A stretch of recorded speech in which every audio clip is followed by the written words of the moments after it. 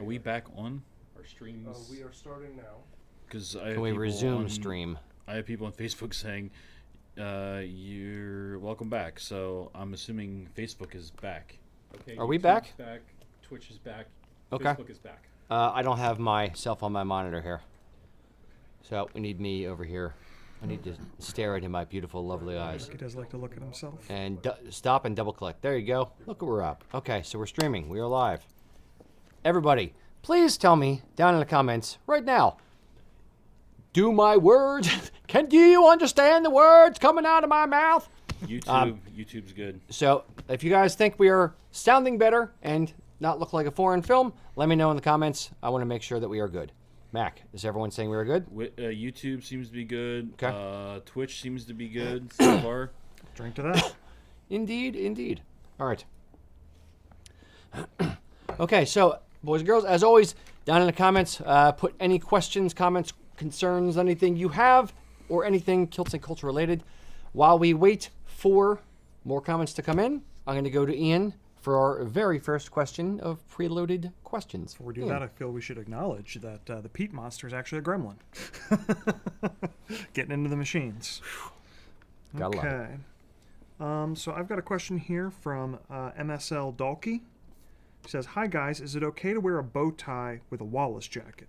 Or is it better to wear a long tie toned well with the kilt choice? Thanks, legends." Legends. Oof. You trying No. to suck up to us? Because it's working. Legend in his own mind, perhaps. So, can you wear a bow tie with a Wallace jacket? So, Wallace jacket, similar in level of formality to like an Argyle jacket and vest. So, not formal, but nice. It's kind of like a suit. Yeah. I would say this. In my mind, I feel no. I would Okay. not wear a bow tie specifically with a Wallace jacket and vest. From an aspect of a contemporary jacket and vest, contemporary kilt cut jacket and vest. For my money, the bow tie has like an old timey feel to it. Mm-hmm. So I would probably pair that more with an Argyle, which has more of an old timey traditional type feel, versus something more contemporary, sleek, forward looking. I don't feel the bow tie says forward looking to me. Ian, what are your thoughts? I think I tend to lean in that direction. I'm not a big fan of bow ties to begin with, so I don't know if I'm the best one to answer the question. However, I tend to go necktie with either an Argyle or a contemporary jacket and leave the bow tie to the Prince Charlie or that level of dress. However, if you get the right bow tie, I think it makes a difference. So especially if you're doing I think when we think of the contemporary kilt jacket and vest, the Wallace cut, tend to think Barathea, but we can do it in tweed as well. If you've got tweed and you've got a really interesting, maybe complementary tweed bow tie, or Okay. I know one of our local customers has a peacock feather bow tie that can work in certain circumstances. Oof. Something really naturally fibered as opposed to a silk bow tie is where I'm going with this. Right. The right bow tie can really bring the outfit together. Tweed bow tie, I would, and a tweed version of the Wallace cut, I'll begrudgingly give you. I wasn't thinking of it through that lens. I was just thinking black Barathea. Yeah. Yeah. So, yeah, it depends on the material of the jacket ultimately. Is there anything wrong with it? No, it's fine. If you want to wear a bow tie with it, sure, have at it. Yeah. To me, it just kind of mixes old worldy feel with forward-looking 21st century modern man. Yeah. So, but for a plain or a club tie, or plain four-hand necktie, or a club tie, or something like that, or even a tartan tie with a vest on, would probably look fine with it. Yeah. Now, if he's wearing a vest, a 5-button vest with a bow tie, would I feel differently? I don't know. I do feel, though, regardless of where you or I come down on this topic, I do feel it's more in the category of preference than firm rule. Oh, 100%. Yeah. 100%. Mac, do you have something you want to add? Oh, there's a very much pro bow tie gentleman on here by the name of David Barr. The one I mentioned earlier, I have referenced earlier. Yeah, I have angered the pro bow tie. I'm being canceled by bow tie culture. We all knew you would end like that. Pretty much. Fair. All right. Sorry, David Barr. I hate your peacock bow tie. Love you. Hate the bow tie. All right. Mr. Mac, What do we have in the audience there? All right, we still have questions coming in. Everyone's still making comments about the everything being good to go. So, I did see a question on the first time around from MadPup1 UK, and he's on a scale of 0 to 10.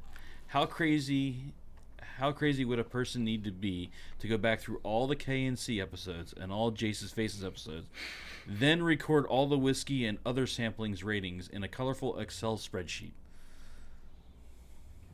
I'd give you a shiny nickel if you did it for us. We've had that question before. I will absolutely say that our tastes in whiskey have evolved over time. So I can't say that, what we've rated things at the beginning are the way that we would rate them now. So maybe we should go back through them all in one big episode. One day. Just one day. Yeah, one day. We just have to bring in some sleeping bags because we're not driving home. It's the Kilts and Culture bender. I live far enough away that would be a heck of an Uber. That's fair. Make it home. No, but if you want to do it, great. We could always use the views. All right, Mac, do we have an actual kilt-related question? Let's see. So we have George says, when it comes to casual kilt wearing, are there rules that you think are okay to bend/break? He's using an example, wearing a lower on the hips or on a different spot on the knee. That's what he's using it as an example. Sure. Casual kilting does change the game a little bit. Yes. Yes, I think there are rules you can bend. I would say bending more in the accessories than with the kilt itself necessarily. I probably still I would not bend, break, or even like twist, whatever. Anything you want to do to it. I would not bend the rule of wearing it to the knee, meaning top of knee to middle of the knee. I would not wear it below the knee. To me, that's a hard stop. Maybe if I wanted to only wear a particular kilt casually, I'd get it a little bit shorter to wear a little bit lower. But I don't love that in general because then you're stuck wearing it for just casual. You do wear your utility kilts lower though, yes. Yes. Which is not the same question, but correct. Yeah. What rules would we break though for casual kilt wearing? I would say if I'm wearing it to a Flyers game, and I'm wearing a jersey, I would have it untucked. I would not tuck in a jersey. So that's one rule I'd break. I'd potentially, if you're going to, I'd wear, pockets instead of a sporran. If you're going to somewhere where you're not allowed to have a bag or, there's a bag dimension rule thing. Yep. I would maybe scrunch the kilt hose down if I'm wearing combat boots and wearing it casually. I'm okay with I don't know why this was casual. It's casual. Yeah. I'm skipping hose often if I'm doing really casual. Like, this is relatively casual. Yeah. But I am wearing hose. But, like, if it's t-shirt or if it's a hoodie, I'm okay with no hose. Yeah. Trying to think what other rules I would break. I guess I don't want to call it a rule, and there's not really a rule. This is guidelines. Yeah. Preferences. The one that I break often, all the time, unless I am dressed up for an event, is wearing a kilt pin. I almost never wear a kilt pin. Like I don't have one on right now. It's not much of a rule either, though. I don't think. Understood, but it's more of a convention. It's for you feel like you're not fully outfitted. Yeah. If I was wearing a tweed jacket and vest, I would have a kilt pin on. Yeah. If I'm dressed with a polo, no. What other rules would you, or conventions would you play with? I don't think I'm even as firm as you are on the kilt itself. We do have some customers who do like to wear them low, especially if it's the casual kilt. Yeah. I don't do it that way. I tend to wear my kilts where I'm used to wearing my kilts. I don't break that rule, but I don't really see it as a problem.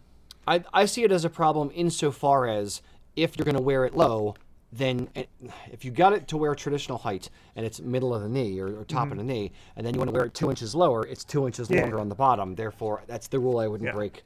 So I would say if somebody's getting their first kilt and they're not sure what they want to do, I tend to lean into the rule. You should only break the rule if you know you've got one, you know what you like. Maybe you have one that's, following the rules and it's just not working for you. Your body shape's a little funky or you perceive it to be a little funky or you just, you don't feel comfortable with something at your torso and you want to wear it lower.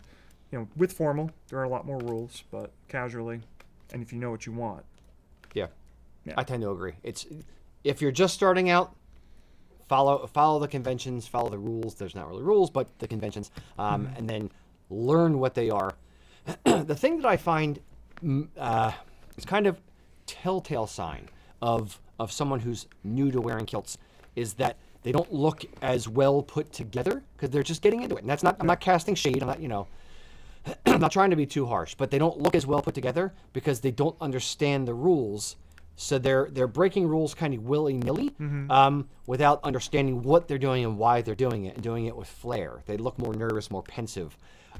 So I'd say try to understand the conventions, try to understand how it is typically worn, and do that.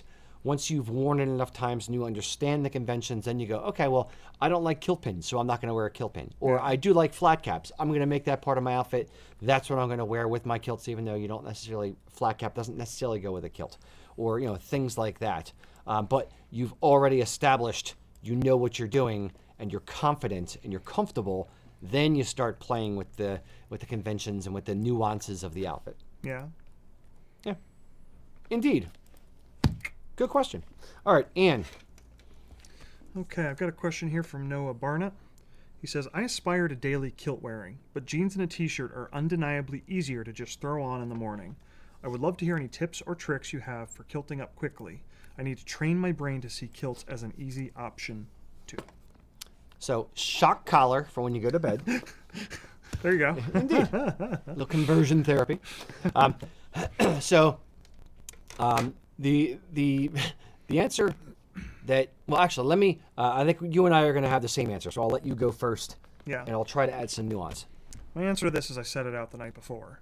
And I don't think I'm the type of person to generally set out my outfits the night before. Like if I am going to wear, pants with an outfit.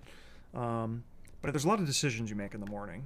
Am I, gonna wash my hair today or not? I know this is something that concerns you quite a bit. Oh, I lose sleep. Yeah. Am I trimming my beard? Am I shaving today? Do I have time for this? As part of my morning routine. What am I gonna have for breakfast? Am I gonna make coffee, or am I gonna go, pick up coffee at Wawa or Sheetz, if you will?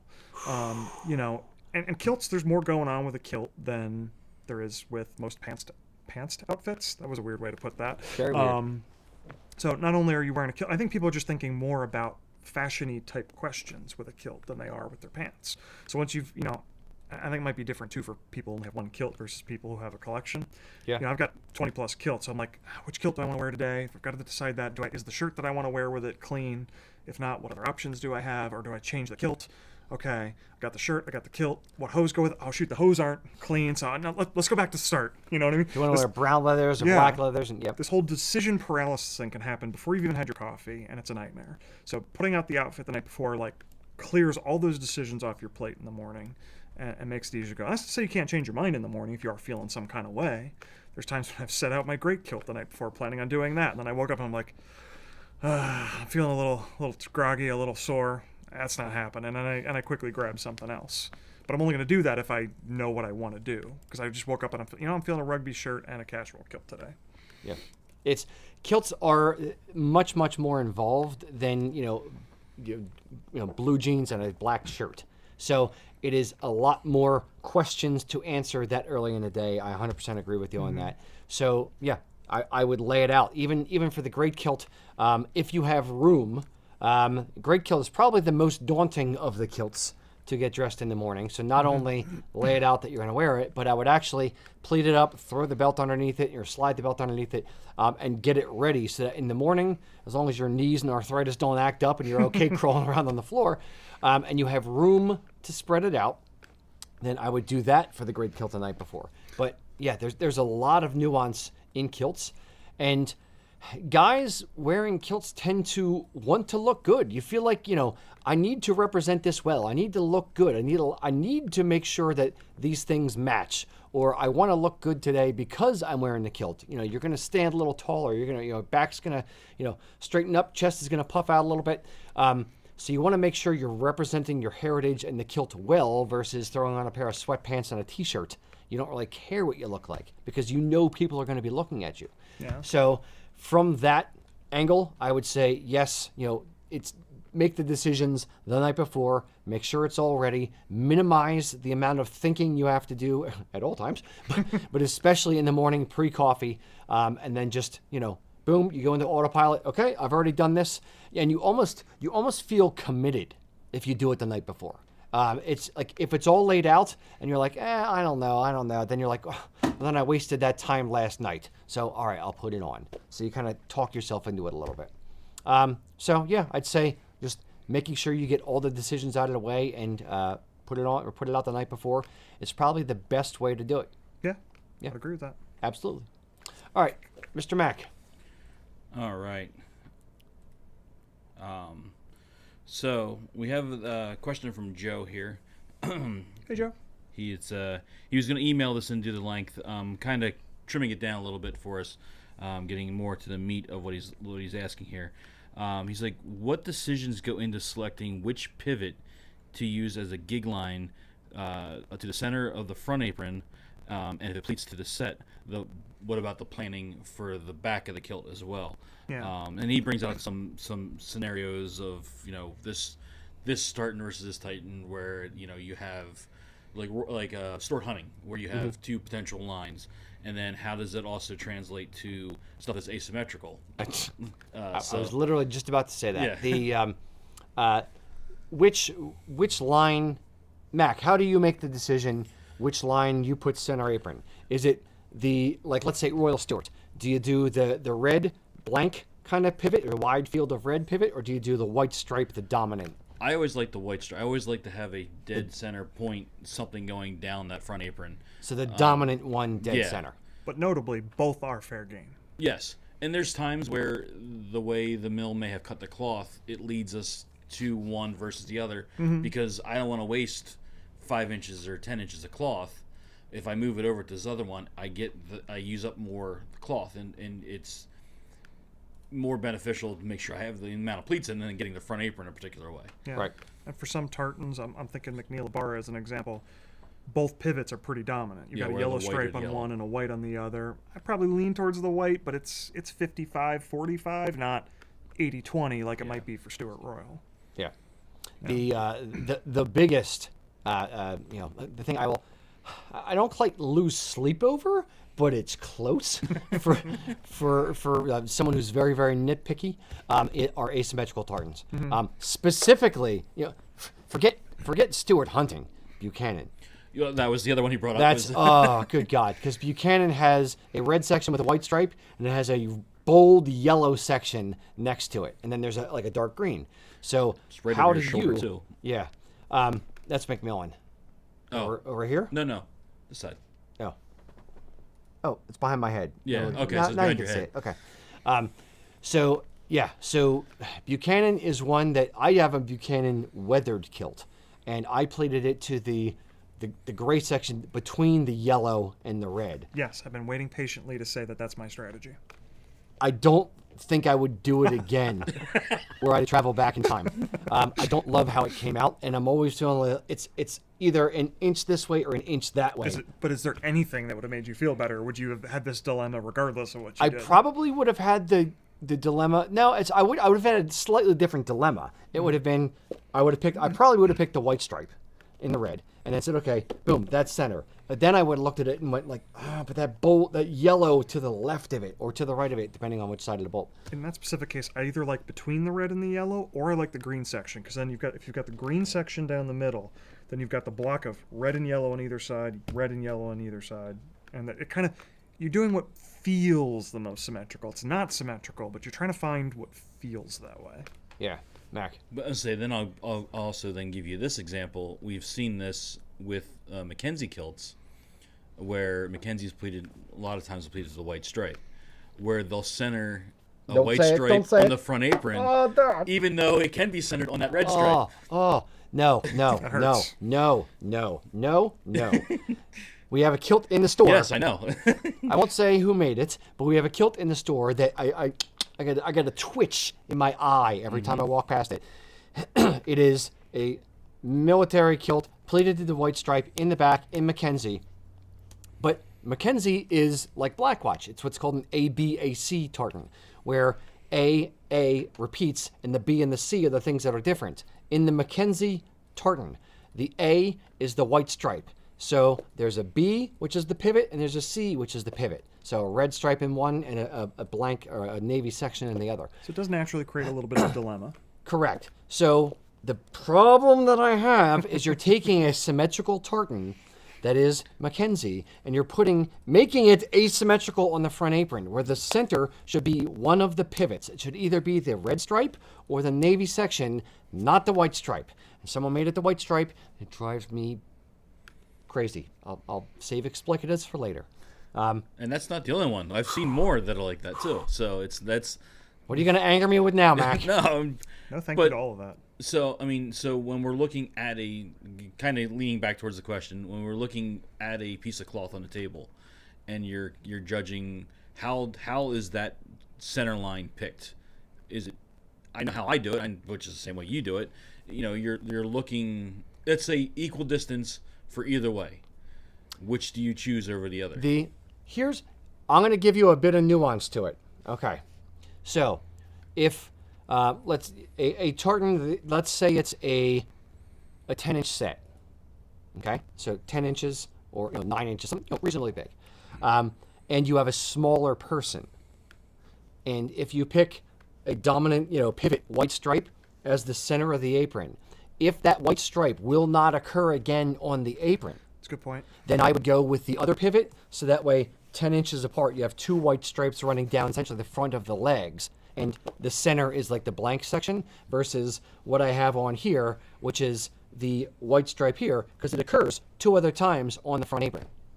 If the white stripes were out here beyond the edges of the apron, then I would do the blank section or the gray section dead center, and I would actually do the white stripes here that go down the front of my hams. So it's something That's a like fair point. Aberdeen, Quads.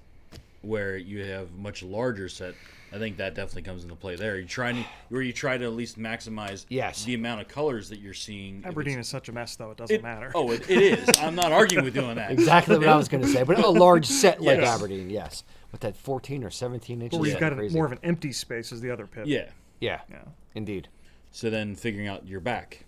Figuring out the back, frankly, doesn't matter as long as some people will say, I want it to be the exact same as the front apron. Fine. Typically, what I've found, and see if you think the same thing. What I found is it tends to be like a little bit like the deeper pleat is too deep if you do that one, so I tend to go the other. I don't Depends know. on the size of the person, though. Yeah. I'll say from what I'm seeing over in production on a typical basis is on an 8-yarder it doesn't necessarily really matter. We do some occasionally get either the deep pleat can sometimes be bigger, sometimes can be a little bit smaller, and we're finagling with that a little bit. But on an 8-yarder, we're fine there. But and we can get them to match. On a 5-yarder, it's almost opposite. Whatever we pleat as the center of the front apron, It's almost going to be it's the the opposite pivot. the opposite end pivot on the other side. Right. So then would you actually go and worry about the splice first to maximize the cloth that you're using and get the splice as minimal wastage as possible? Pick the pivot that's closest to the splice, and then Yes. work backwards to figure out which stripe you're going to center on the front apron. Start with that, Yeah. and then see if you have a problem with the depth of your Reverse pleat, reverse reverse deep pleat. pleat, and Yeah. then adjust if you need to. Yeah, because then you can finagle that front Yeah. apron a little bit either way. I do want to pause here and speak directly to a specific segment of our audience, and that is the overthinkers. This is not something worth overthinking, because while I usually try to assumption and then adjust if need be. I'd rather, though, not mess with the depth of the deep pleat. Having a massively too big deep pleat or a way too shallow deep pleat is a more annoying problem than not having it be the same on the front and the back. Spoken like a man who has to answer the phone and talk to customers who are complaining about something. Where we do actually run into trouble with this, though, is when it's for a pipe band, and they have explicitly stated they want all the kilts to match. Yeah. So for Bobby, who's got a 54-inch waist, and it worked out fine, but you've got Stevie, who's got a 34-inch waist, and just the whole math, sometimes you just got to get stuck with either a too deep or a too shallow. Or you lose the pleat in the kilt, to get the back where it needs to be. Yeah. So, and that's yes, pipe bands are really where it matters, and that's we actually have computer folders of picture of the front, picture of the back of the kilt, so we know exactly what they're doing. Now. We look at bagpipe bands, Facebook pages or social media to see if we can see pictures of the back of the kilts to try to match it up. And the problem is a lot of times either they have not specified or other kilt makers have done it kind of either way, and then you're stuck with what do we want to do? Gone through a cycle of different kilt makers. That's fair as well. Yeah. Yeah. But yeah, overall, I 100% agree. Don't overthink it. It's still the same tartan. It's still the front apron. It's still a sporran still covers a third the front apron. You're still fine. It's all good. Just enjoy the kilt you have. Don't think it's lesser or more because there's a stripe centered or the stripes are further apart or anything like that. Yeah. Yeah. The stripe in the center of the back isn't really that critical. No. And I would say if you're questioning which way you want to go, especially for an 8-yarder, if you want to go set or stripe, in some scenarios, just Photoshop it. Just take a picture of the kilt, and you can. I've seen Ron.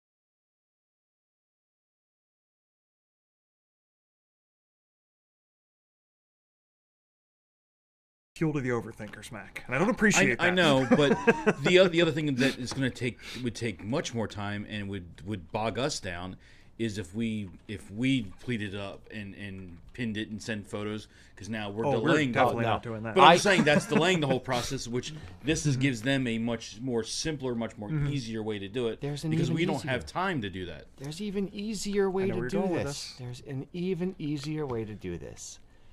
You buy 2 kilts. It's fine. You get one pleated one way, the other pleated. Actually, buy 4. One front apron, dead stripe center, and then the other one there, then the back. You're fine. And then actually a 5th kilt to have one pleated to the stripe. This is the Tom Morgan approach. You'll have plenty of options. Yes. And my child's college account. Thank you. Alternative answer is trust your kilt maker. Yes. Not if it's Ian, though. All right. Ian, what do we got? Yes. So, from Christopher Scholl, what do you think about knitting your own kilt hose? Do knitting machines allow beginners to skill up quickly? Do knitting machines? Are we talking AI robots? Are we talking like Terminator? Are we talking? No, probably not. Probably not. No. Okay. Do knitting machines allow you to skill up quickly? Sure. I don't own a knitting machine, and I'm not a knitter. Neither am I. But I am pro trying crafty things like knitting your own hose. I know that when I talk about like House of Cheviot or any of the kilt hose companies that are making kilt hose in Scotland, they are using not machines as in they're using machines as in computerized machines to knit things. So, knitting in the round circular knitting machines, actually computerized, or flatbed knitting machines. And then there's also 1920s mechanized, crank style knitting machine where it's just a bunch of gears and little pins, poking out everywhere. So let's assume you're not going to invest in a $20,000, Yokoshima knitting machine, flatbed knitting machine. But if you do, talk to us about potentially being Yes. lovers.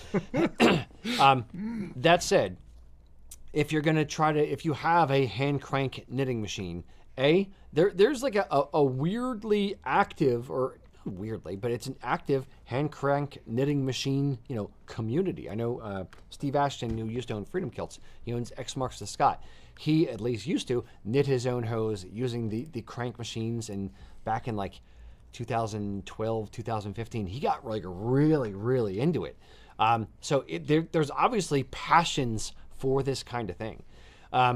What I would say is, do something and build skill sets that are being lost. It's just fun to do different stuff and be able to do and create different things that don't exist. There are plenty of ribbed kilt hose that exist in the world.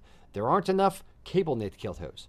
Or if you see an old McKeon print from the 1860s, you said like, hey, that guy has, stag heads in diamond patterns on the kilt heads or on the kilt hose in this particular painting. I want to make those for myself. Awesome. Do it. Do cool stuff like that. Anytime you get into like the upper echelons of geekdom, where there's things that are so nuanced, a niche and a niche and a niche, that it's difficult to find any kind of manufacturer to do it. Doing it yourself is an awesome option. So I would always encourage people to do those kind of projects themselves and learn how any kind of trade like that. Ian. What he said. All of that. I'm not a knitter. Again. I don't know much about it. It is cool to be able to get things, though, that aren't going to be commercially available. The thing you described with the stags and the thing that... It's a thing that actually exists, and I want it, but I'm not going to take the time to knit it. And the commercial kilt hose companies are probably not going to do it. No. And if they did, they'd be $400 hose probably. Yeah. And the other thing that I will say that, to that point, the other thing that I would say in learning a craft, learning a skill, learning how to do something like that, and understanding how much time it takes to knit things, you suddenly get a very, very real world understanding of why things cost as much as they do. Mm-hmm. When you look at a pair, 2 skeins of yarn for a pair of kilt hose or something, and you realize it took you 27 hours all in to knit this pair of socks. What is your time worth? What was the raw materials? Yada, yada, yada. What was the skill and the labor worth for you, and the knowledge worth for you to be able to do this? Now, all of a sudden, $400 for a pair of socks doesn't seem out of the question. Yeah. So you start understanding why things cost the way they do, or how much they do. And in a world of fast fashion where we expect things immediately and to cost, $10 for a six pack of socks, or a pack of underwear, you start to go like, maybe these things should cost more than this. People's time is worth money. So yeah, it's an interesting one to kind of reflect on and give you a different view of the world. So yeah, that's my little spiel for that. Yeah, nice. Mr. Mack. All right. So we have Randy asking. Randy's looks having the sounds of it's going to Celtic Classic. Excellent. See you there. He's asking, should I look for a hotel room now? And are there any do's and don'ts heading into Classic? Yes, look for a hotel room a few months ago. This particular year, I believe it's homecoming at Moravian and Lehigh at the same weekend as Celtic Classic. So hotels are going to be a premium. Yeah. Consider getting a hotel a little bit outside the city. And what was his other question? I got hung up on that hotel. What do's and don'ts? Do's and don'ts. Do's and don'ts. Don't wear your kilt backwards. Don't wear your kilt backwards. Do buy a kilt from us. No, I would say when you're, and I'll broaden it to all festivals. When you are going to a festival, a heritage festival, it doesn't even have to be a kilt or Celtic festival. Anytime you're going to a big festival, I'm all for pre-gaming a little bit, having a sandwich out in the car and, gathering a group of friends, just outside and kind of, hanging out, extending the beginning of the experience. We are from Philly. We tailgate with the best of them. So, that said, I would also say support the festival, period. That's the number one freaking thing. Don't just go in and listen to music. Enjoy yourself. Have a great time. But budget for it. Don't spend all of your budget on the hotel or the whiskey you're going to bring to the thing. I would say buy things there. Support the festival itself. Support if they have a t-shirt stand, buy a t-shirt. If the musicians are there, have CDs for sale, buy a CD if you like the band. Even if you don't have a CD player, give it to somebody else. Share the experience. If there are merchants there, spend a bit of money. Not only just buying the beer from the festival as well, but buy some of the food. Spend money there.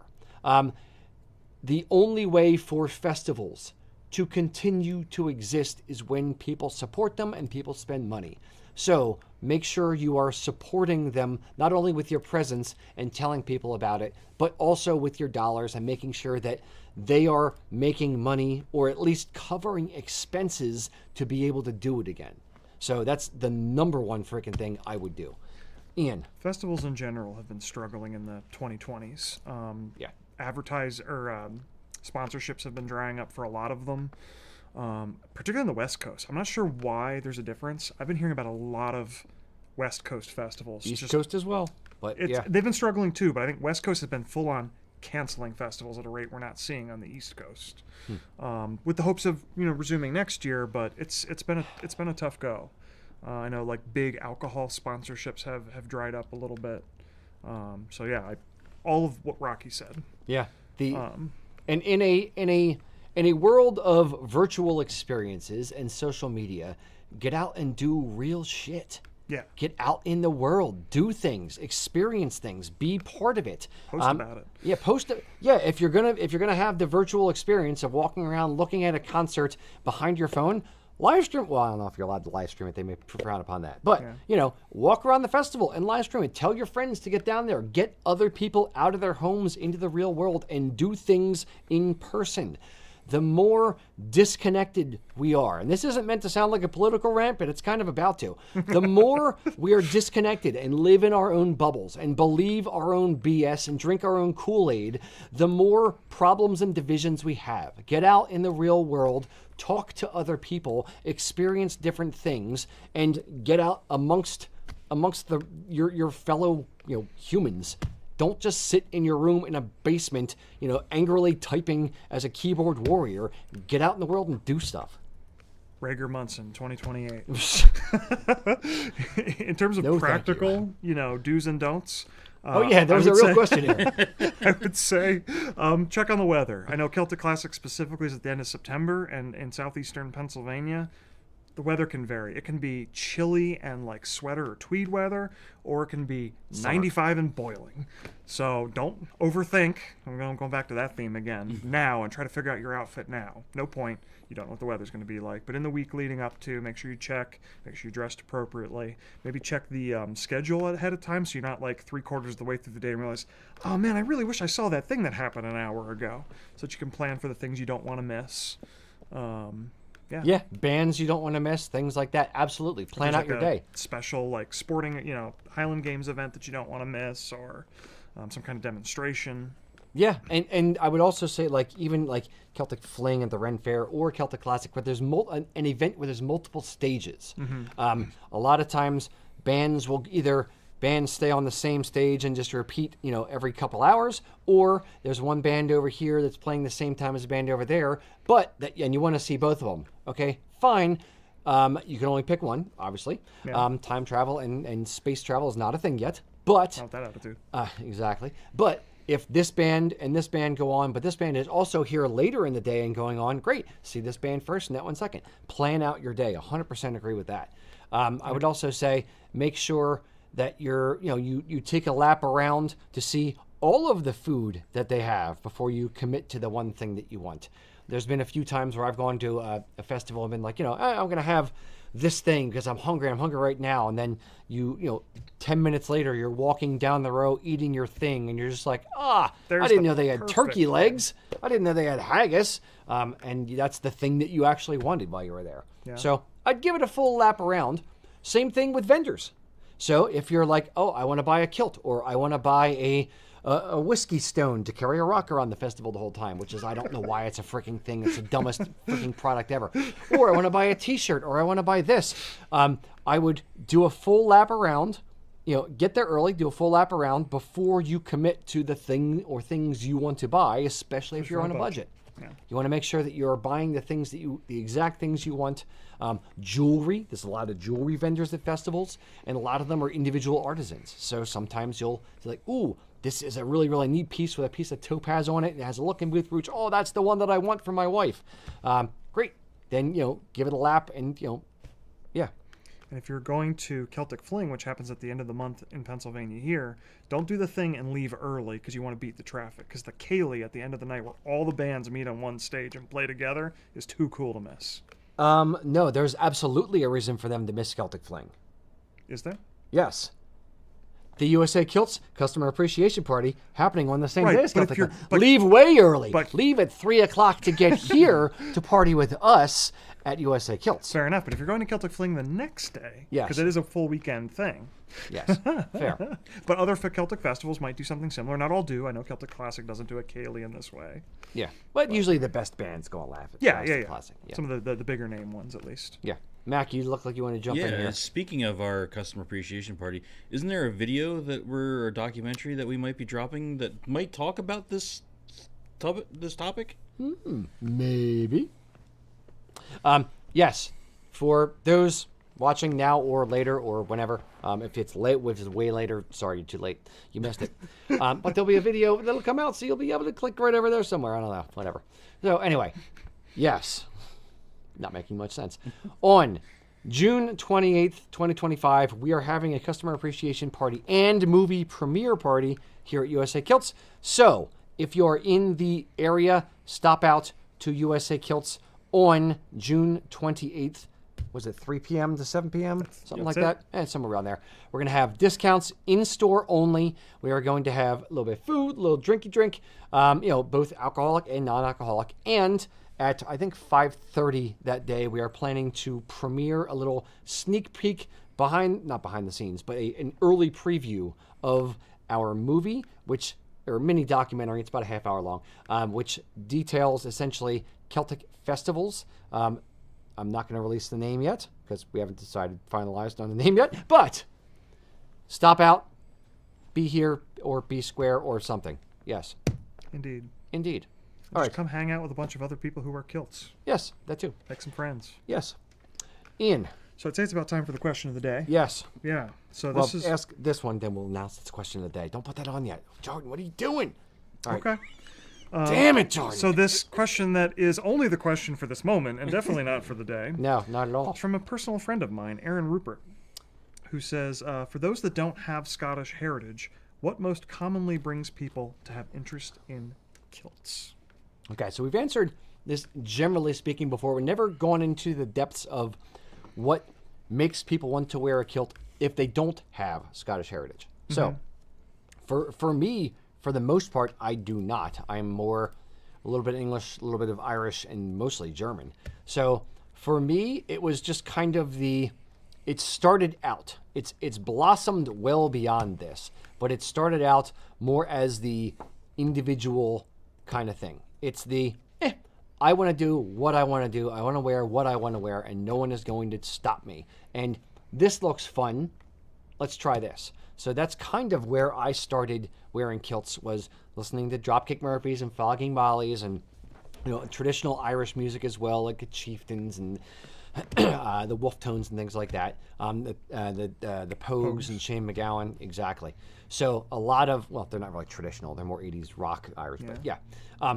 Anyway, yes, it started out from that place, appreciating the music, loving the culture, and just wanting to get kind of wrapped up in it, and then just kind of like, that seems like a fun thing. I think I want to do something like that.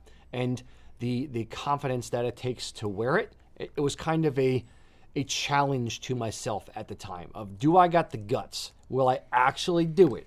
Or am I going to chicken out?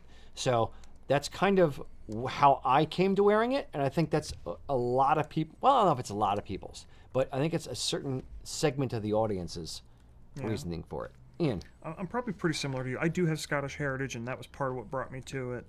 My wedding was my first time wearing a kilt, so the combination of the heritage and the wedding was a good excuse to get in it for the first time. But the reason it became more than that was close to what you. Like, I could have just worn it for my wedding, and then maybe once or twice a year going forward from there. And that is plenty of people's experience still. But I just like doing something different. I don't like being that regular kind of guy. I mean, I have long hair, unlike most men my age, even who can grow long hair. So wearing a kilt is just an opportunity to express myself. So it is a bit fashiony, and it is just sometimes just a straight fashion choice to start it for some people. Or a gay fashion choice. Sure. Sure. Not what I meant there, but No, but that's kind of where I was going to go next. Was a fashion choice as well. It's something that it's for some people, it just speaks to them as like, wow, that's different than regular fashion. It's something I want to play around with and do. see if I look good in it. Yeah, exactly. Figure it out and see what it's all about. Some people start with a utility kilt because that's more the route they go, but then they drift into the more traditional style. Oh yeah, a lot. I would say a lot of people go for the utility kilt almost because to me it's almost counterintuitive, but they think like, I feel safer. I'm a guy wearing a skirt. I don't want to wear, like the tartan thing feels too weird, or I don't want to appropriate, I think Scottish culture. Some people are nervous about they're not allowed to wear certain tartans. Yeah. More nervous than they should be. Yeah. Admittedly. So like, oh, okay, I'll wear a solid color one. Yeah. And then eventually, after wearing it a few times, they're like, you know what? There's something about those tartans that feels more kilt-like than a solid color one. I'm going to try one of those. Or maybe they've learned a little bit more and they've discovered, oh, there are universal tartans I can wear. Yeah. Or there's other colors than black. Yeah. I know there's plenty of customers we work with, who prior to wearing kilts wore nothing but black. So yeah. Well, actually, the thing that I find most amusing is when husbands come in with their wives, and the guy goes in to try on a kilt or whatever, and the wife says, he has never cared about any clothes or any fashion before. I don't know what it is about kilts that got this man to give a crap about his appearance. like color this is coordination crazy. and all that stuff. Yeah. It's just something that's it's like a blossoming that the wives and girlfriends get to observe. Yeah, it's weird to them, but for the guy, it's just like, yeah, well, I finally care about this. This is cool. This is neat. I just want to do this. Yeah. So yeah, Mac, do you have any insight here on what drives someone to want to wear a kilt other than heritage? No, he looks like a deer in headlights. I have a really smart ass answer, but I'll keep that internal. Okay, fair.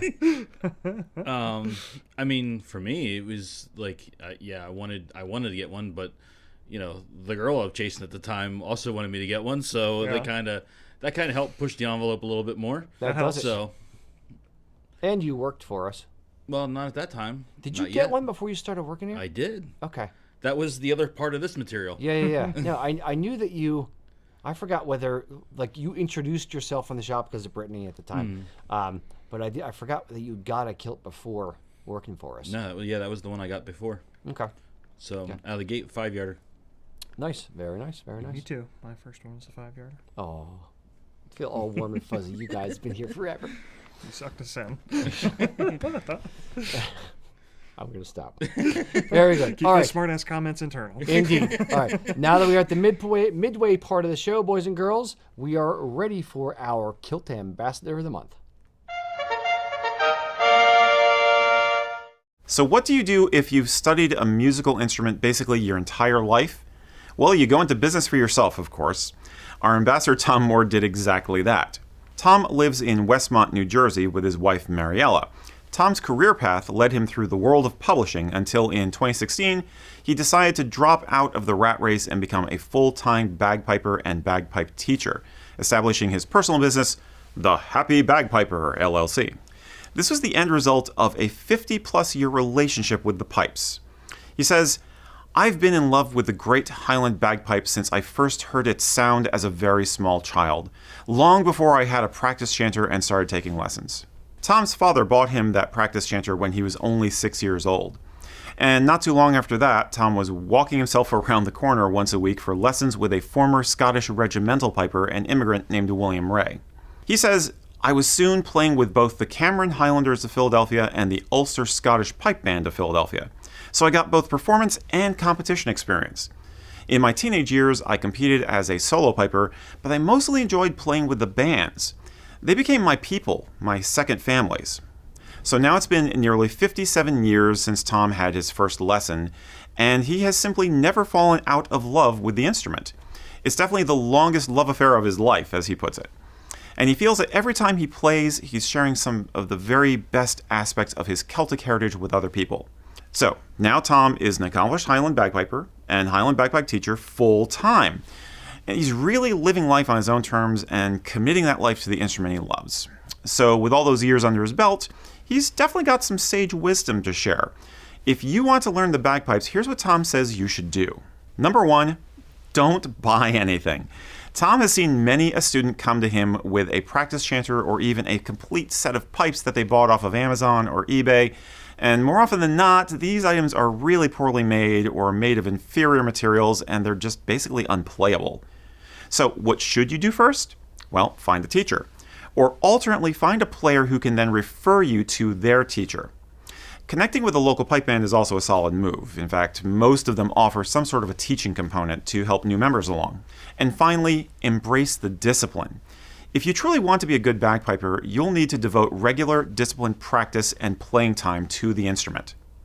Remember, you'll be on the practice chanter itself for at least a year, so you got to embrace that process. Once you make the transition to the full bagpipe, be patient with yourself and with the instrument. Just figuring out the mechanics of the pipes can take many months in and of itself. And when you hit those moments of frustration, and Tom warns that there will be many, remind yourself that this is an amazing instrument, really unique, and with a very cool culture and history that goes with it. So I guess I'll round this out with a shameless plug for Tom. If you're interested in what he does, or if you want to get to know him, check out happybagpiper.com, and you can find him on social media as well. Thanks, Tom. Keep up the great work. Here's to our good friend Tom. Very, very nice guy, good customer, and a spectacular bagpiper, and a snappy dresser. I'm very happy. Yes, he is. He is. And he tags us and House Achievia in more posts than I care to admit. Yes. So, all right, I Mr. tag Mack. USA Kilts in a lot of posts, too. Not nearly as many as Tom, Fair trust enough. me. Fair enough. That man's a machine. He's got a lot. If you're on Instagram, follow him. He does post every freaking day. He's social media savvy. Yes. A sensation, if you will. Yes. A sensation. Yes. And sensational. All right, Mac. All right, so we have one from Jennifer. Is there an inside front pocket on a kilt?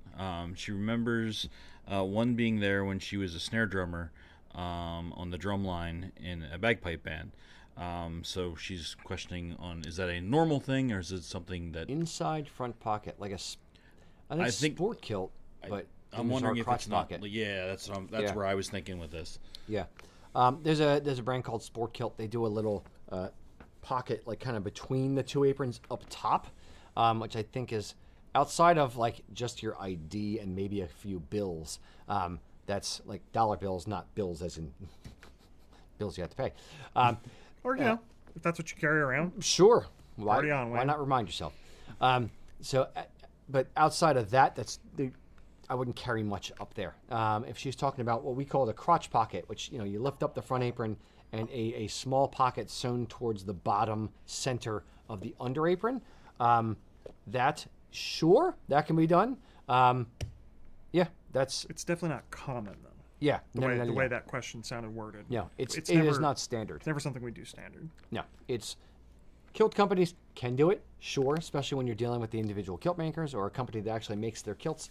I remember when I was making kilts for Scruffy, my buddy from Dropkick Murphys. He wanted a tin whistle pocket underneath his front apron, so I had down towards the bottom, long enough pockets or little slits, not slits, but little areas for his D whistle as well as his C whistles and that kind of thing, so he can carry them without having them on stage. So yeah, there's all kind of ways to customize things on kilts, especially if you're handy with a needle and thread. Sure, how about it? Yeah. Ian, any thoughts? It's something that we can do. We don't make it standard. You have to reach out to us. Don't have much more to say on that, though. Yeah, I didn't know if this was something like, especially with drummers, maybe having an extra set of sticks. I know they would be much longer than a whistle, so you'd have to maybe at an angle or something where it'd be a little bit more. The fact that she's in a pipe band is interesting to me because oftentimes inexpensive horsehair sporns that pipe bands get have no functional pouch for your phone, for your keys or whatever, just because the band didn't want to spend more money to have it functional. Oh, so it's also traditional. It's the actual pouch thing is more new than the old ones, which just have like essentially a credit card flap on the back. Yeah. So maybe the pocket on the kilts was a way to accommodate not having room to put your stuff. Yeah, that's fair as well. So it might have been standard for however the band made their arrangements. Yeah. Whatever kilt maker they used. Yeah. Ian. Yes. Okay, I've got a question here from Matt Horn down in Hawaii. Hawaii. This may be a silly question, but when you make an 8-yard kilt, when you cut the fabric off of the bolt, would you cut a 4-yard double width piece, splice it down the middle, and then sew it together to make 8 yards? Or would you just take the 8 yards of single width fabric you need and leave the other side still on the bolt? I'd have to imagine the first option, right? And we have a follow-up question that's related, so I'm going to share it now. Okay. Stuart Simpson wants to know, if you rip the double width in half and sew them together, where/how do you use the seam? Does that make the pleating job harder, having to hide something? Okay, so let's start with the second question first. If you're going to splice fabric, when you have an 8-yard kilt, you, as a kilt maker, generally speaking, you order 4 yards of cloth double width, so essentially 55, 60 inches wide. And then you, if the kilt is 24 inches, you get half across the bottom, half across the top. You take that and you splice it, and you hide that splice in the depth of one of the pleats. Then you end up with 8 yards single width. So when you are splicing fabric in a kilt, you are essentially, what you want to do is hide that splice so nobody sees it. And frankly, if you're good, even the person who bought the kilt won't see it unless they're looking for it. Essentially, when you have a bit of the pattern, so here we have the pattern. If this is, let me put it this way. If this stripe right here, this last yellow stripe, if this is where I'm going to make the splice, then this is the pleat that I'm going to want to have this is the stripe I'm going to want as the face of the pleat. So that way, this yellow stripe is hidden on the back side of that pleat, not inside the depth too far, not on the way back out to show the next face of the next pleat, but on the part that actually faces your body, not the part that faces the world. That way, there's, you from the outside won't see it, and even as the kilt owner, the only way you're going to see it is if you actually lift up all the pleats on the inside of the kilt and are looking for that splice on the inside. Possible to look for one and miss it, even. Yeah. And if it's done well, yeah, you're right. You should essentially not be able to see it. It should be really, really, really well hidden. What was the other question? Main was about, do you order 4 yards and do the splicing, or do you just take 8 yards off of one side of the bolt? And the short answer is, depends on where the bolt is. Yeah. I'll let you extract. Actually, let's bring in Mac for this. Okay. So Mac, you, Mr. Production Manager guy over there, puppeteering all of our kilt makers as a kilt maker yourself. Dance for me. Dance for me, kilt makers. Good luck with that. Yeah. You would have a mutiny of women I know. beating you. I would. I'd be flogged out of the room. So Start how calling do you you? Molly. Yeah. So how do you decide what to do as far as kilt cutting? So, especially if it's one of the bolts that we have in house, I'm trying to maximize the amount of cloth that we have. So, I'm cutting it double width. You don't know if you're what your next kilt's going to be when it comes in. Mm-hmm. Is it going to be another 5-yarder, or is it going to be a 5-yarder? Is it going to be an 8-yarder? Is there going to be a fly plate? Is there going to be? So you're talking about wool, or you're talking I'm about talking PV? wool. Okay. Yeah. So we're talking about wool. So I don't know what my next thing's going to be, so I'm trying to not have wastage on that. PV, we're not doing that as much. Majority of the time we're cutting them single width. Most of them we have another bolt, so if I do need to cut yardage off for a gray kilt or for a fly plate, you have a nice clean I edge. have a clean edge on that other bolt. So, there we're still trying to maximize the amount of cloth that we're using and not have as much wastage. Yeah. So that's typically how I do it if I'm cutting it off the bolt. Now, if we have, if someone yesterday, somebody ordered 3 kilts in the same tartan, double width. I saw that come in. Jillian places our orders with the mills at this point. I was messaging her and I said, okay, so we have 2 kilts with the hips are 42 and 42 and a half or something like that. So for those 2, let's use those as essentially single width, because I'm going to cut one off of one side of the bolt, the other off of the other side of the bolt, and you don't have to worry about any wastage for the splice. because when you're splicing a kilt, there's going to be some wastage because you have to match the pattern up on, as you connect it, you have to match the pattern up. So even if it's just, if you luck out, you have, 2 inches of waste. If you have really, really bad luck, you may have, 6 inches of waste. So not wanting to waste the cloth is part of what drives the way we order things. When you have a kilt, the other kilt on the order, it was like, a 36-inch hip. So for a 5-yard kilt, so we ordered like 2.4 yards. And the other ones, we ordered 5.1 or something like that because it was just over. Where we normally would have been a 5.2, 5.3 yard kilt, we can order a little bit less for the ones that are essentially single width cloth. So that saves a little bit of fabric in the way that we do it. Ian. But yeah, so in that case, the third kilt is going to be spliced, but the other 2 aren't. Yes, but I know Mac is going to hide that splice inside the depth of a pleat that no one's ever going to see, so I don't worry about, is this kilt and that kilt going to look the same as this one because this one has to be spliced? Nope, it'll be fine, frankly, unless you are looking for it. You know what you were looking for and you were looking for it, you're not going to know. I would venture to say that, at least of wool kilts, 95% of kilts, maybe because House of Egger does single width cloth now. So, okay, let's say 80% of kilts in the world are spliced, and no one knows it because it's hidden well. That's the point. The point is you aren't able to tell, you aren't able to see it. If you could tell, it would be a bad strategy, and you'd rethink the weaving process. Or it would be a bad kilt maker, in which case they'd go out of business because enough people would go, that's horrible, I'm not buying that. Yeah. So, indeed. And you brought up a good point there, especially when we're doing like large batches of orders, like on the 250s when we get those bolts in, and I'm Spark cutting or Back to Nature or Purple Mountains. I'm cutting those out in bulk, so I'm matching up. All right, this hip and this hip are the same size, or And the same this model. is going to be the same model, so I can cut 2 out at one time. Basically, pair the orders. And exactly, pair the orders so that way when I give it to the kilt makers, I go, all right, these 2 orders are together, they're going to this person. These 2 orders are together, going to this person. To this day, I know who's the other half of my Kilts and Culture kilt. Totes Adorbs. Yeah. Mm-hmm. It's useless trivia. I saw him today, actually. Oh, lovely. David Barr? Yeah. No.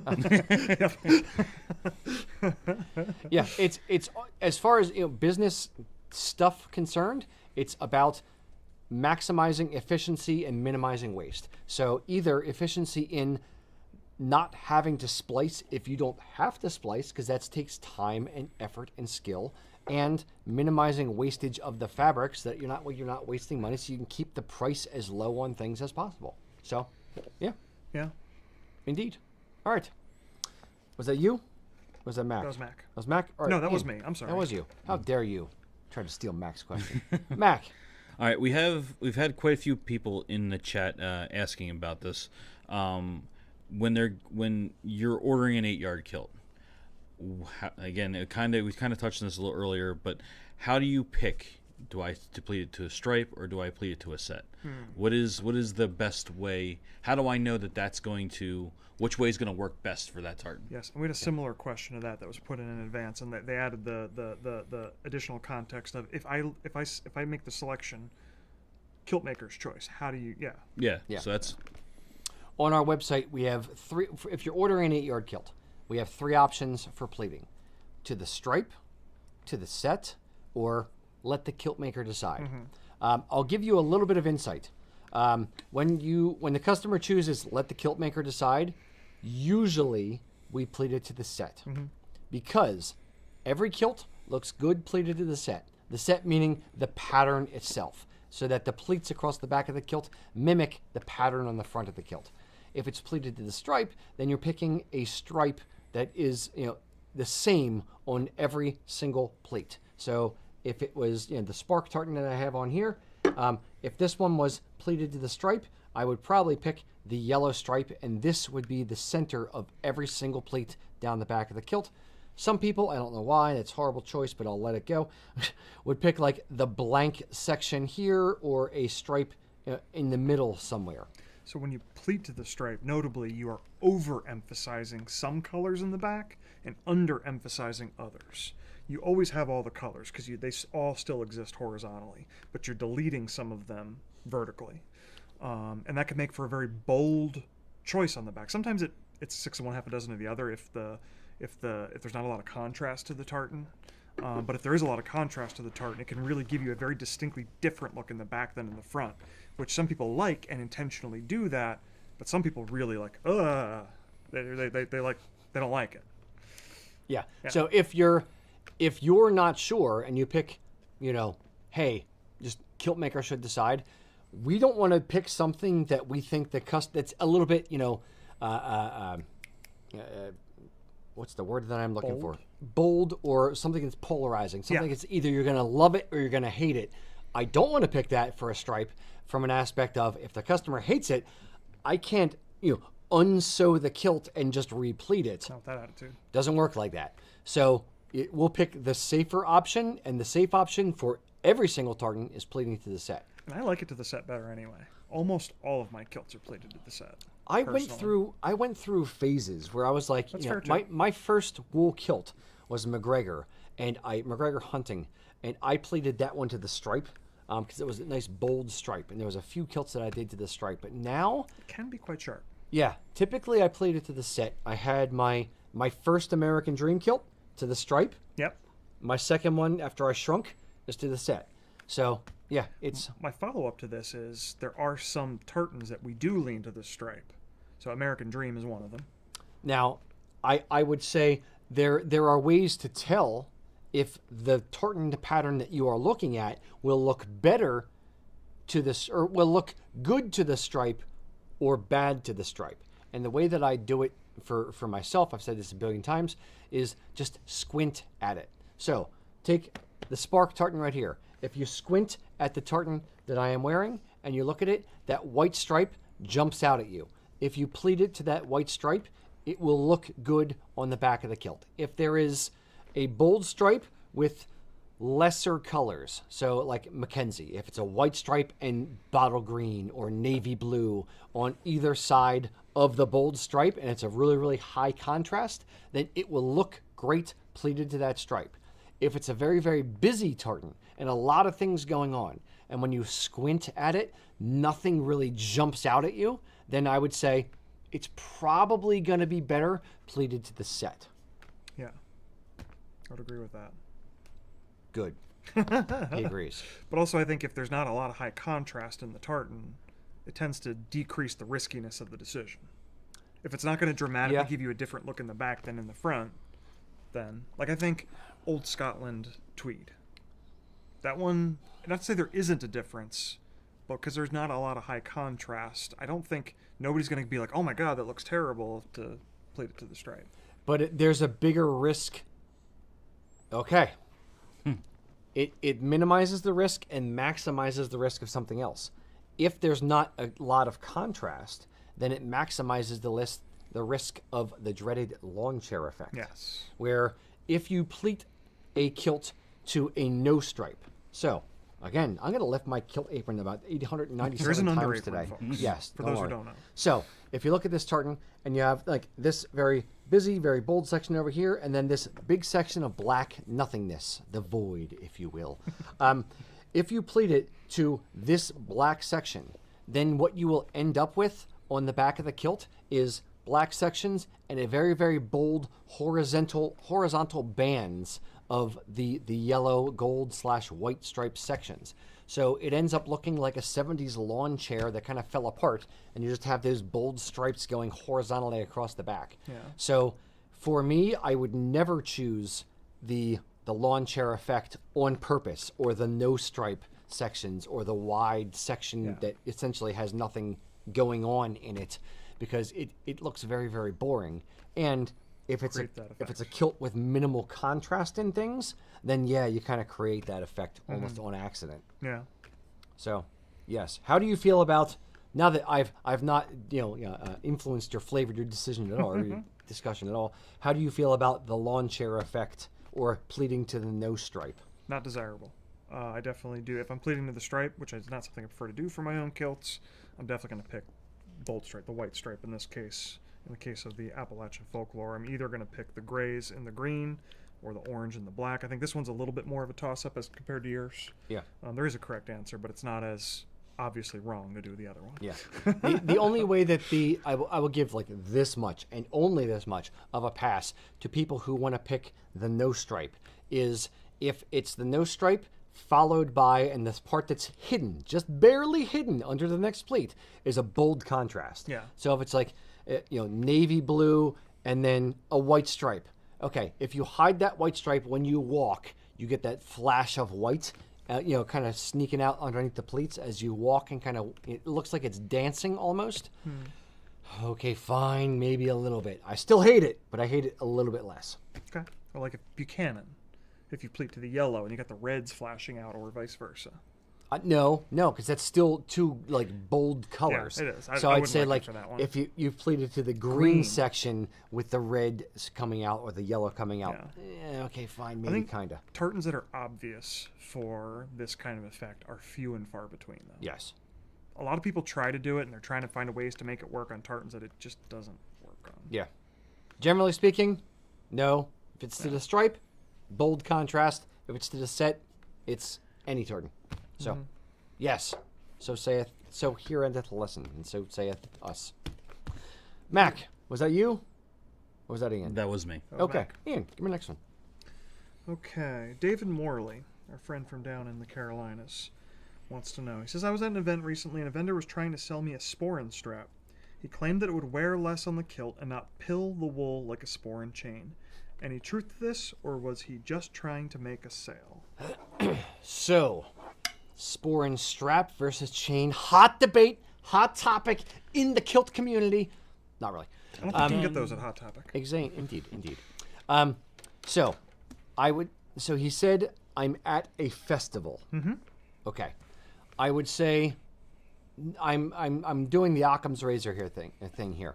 So if you're at a festival, there's a good chance it is a cheap sporran and or a cheap kilt. It is probably not a fully custom 8-yard wool kilt made in Scotland, to the highest standards kind of thing. So if you are buying, and there's essentially two levels of sporran chain. There's sporran chains which are good quality.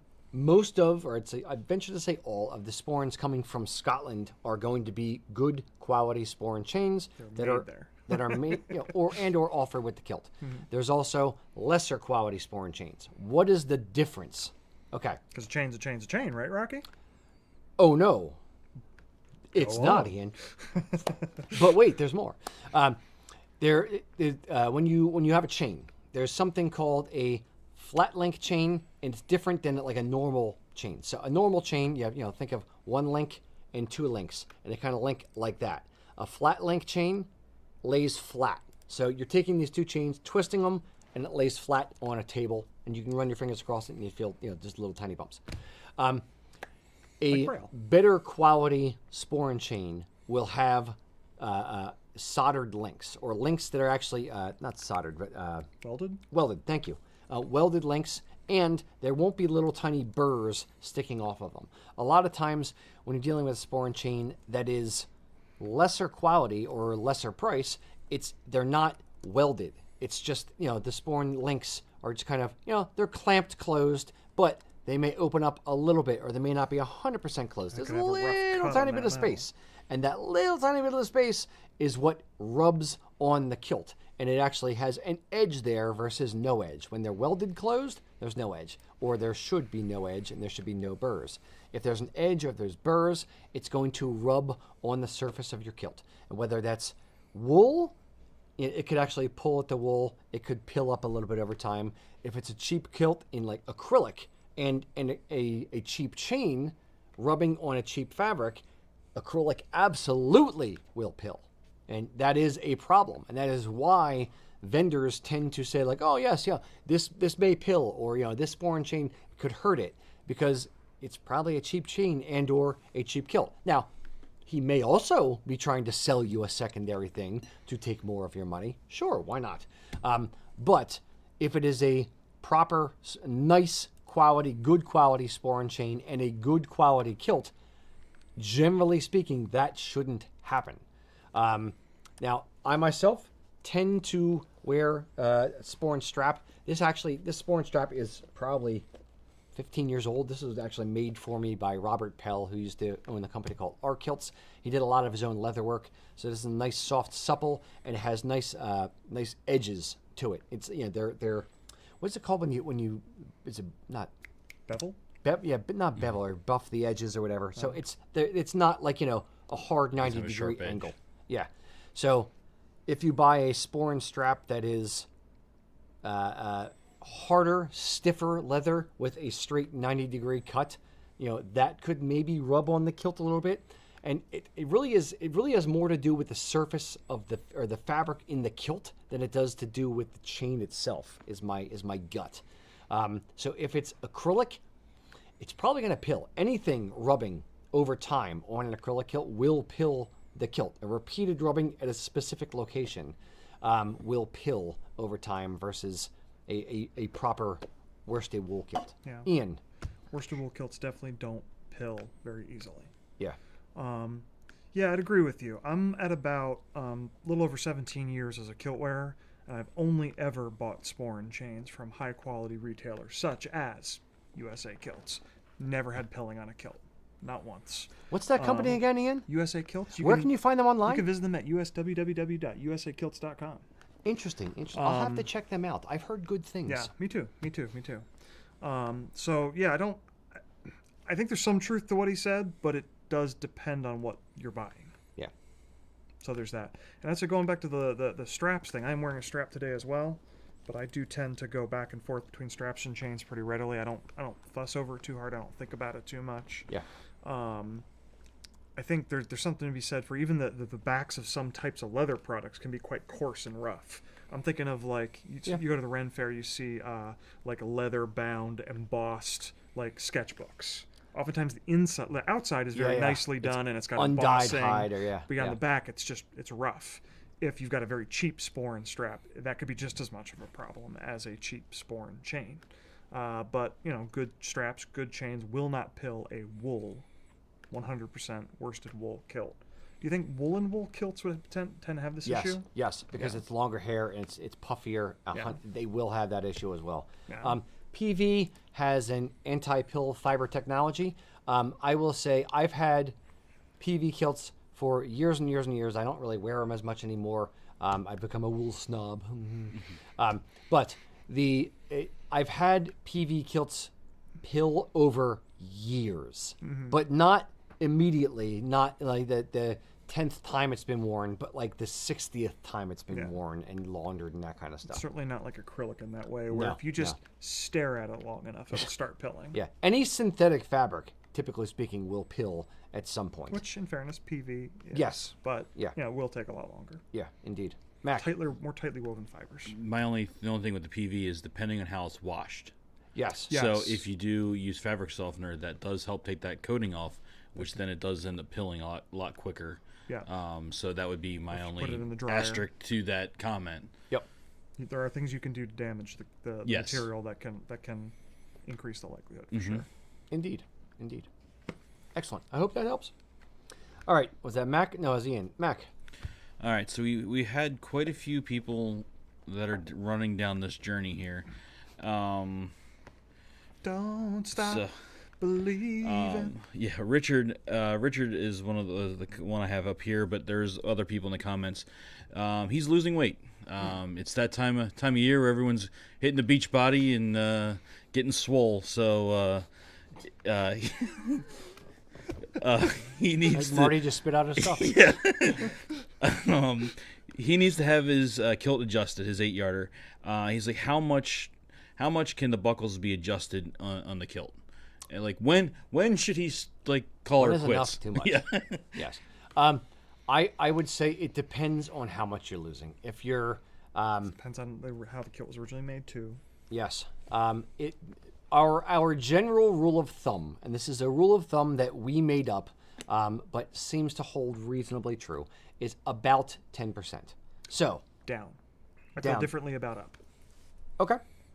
10% down. Apparently not up. Up to 2 inches up. Yeah, that's fair. So 10% down. So if you are a 50-inch waist and you lose 5 inches, that's about the max down to 45-inch waist. It's about the max that we would prefer to be able to do. And it's worth saying this is at best an estimate. Yeah, indeed. These are all individual basis kind of things. For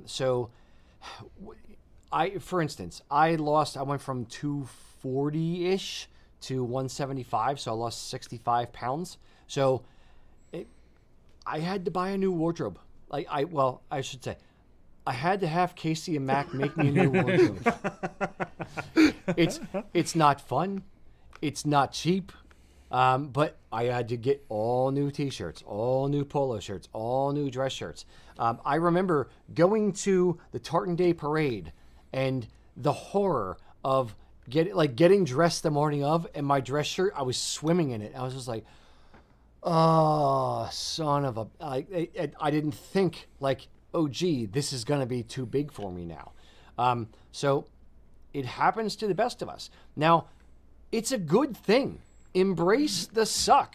It sucks, but it's a reason to celebrate. You are going to be around longer. You're going to be healthier. Hopefully it's going to be a good thing in your life. So, embrace it.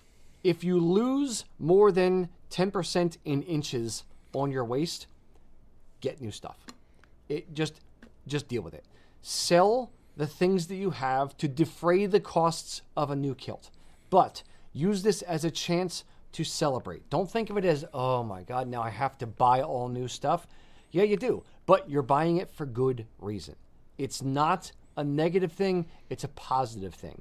Unfortunately, that comes along with a little bit of scratch that you got to spend, but it's a positive thing. And broadly speaking, when you sell a kilt, what I have found is that you can expect about half of the cost of the kilt for a used kilt. That's fair. As a broad brush thing.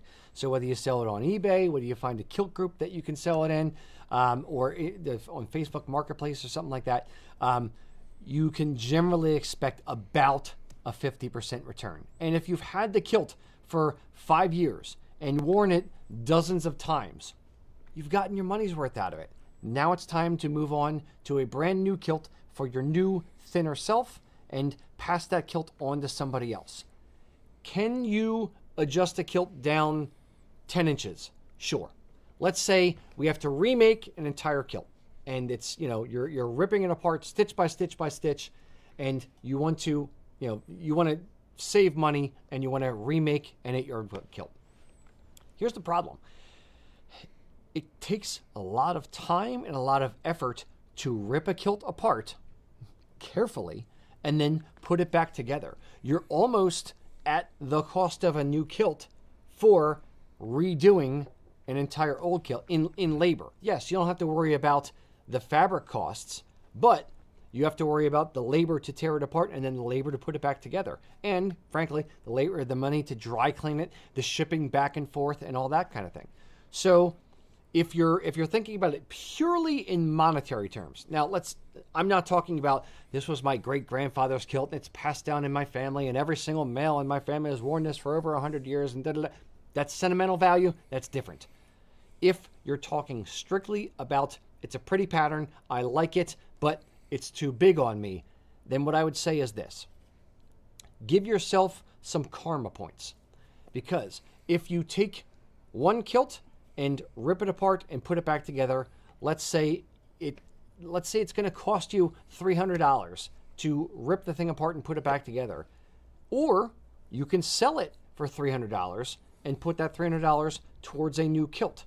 Now you have 2 kilts out in the world versus one kilt that's just made for you. So for karma points, you are supplying someone else who can't necessarily afford a brand new wool kilt made to their measurements. You're giving someone else the opportunity to have a good quality kilt at a cheaper price because they're buying it used and you get a brand new kilt and all that money off that they're helping you put towards it versus spending that money on adjusting the one kilt and just having one kilt out in the world. So spread the love, spread the joy, get more people in the world in kilts, get a new kilt, but pass that one on to somebody else and use that money to defray the cost of the new kilt. And it could be that person's entry point into the lifestyle. Yep. And, the beginning of their addiction. And it could be their problem, too, and not just yours.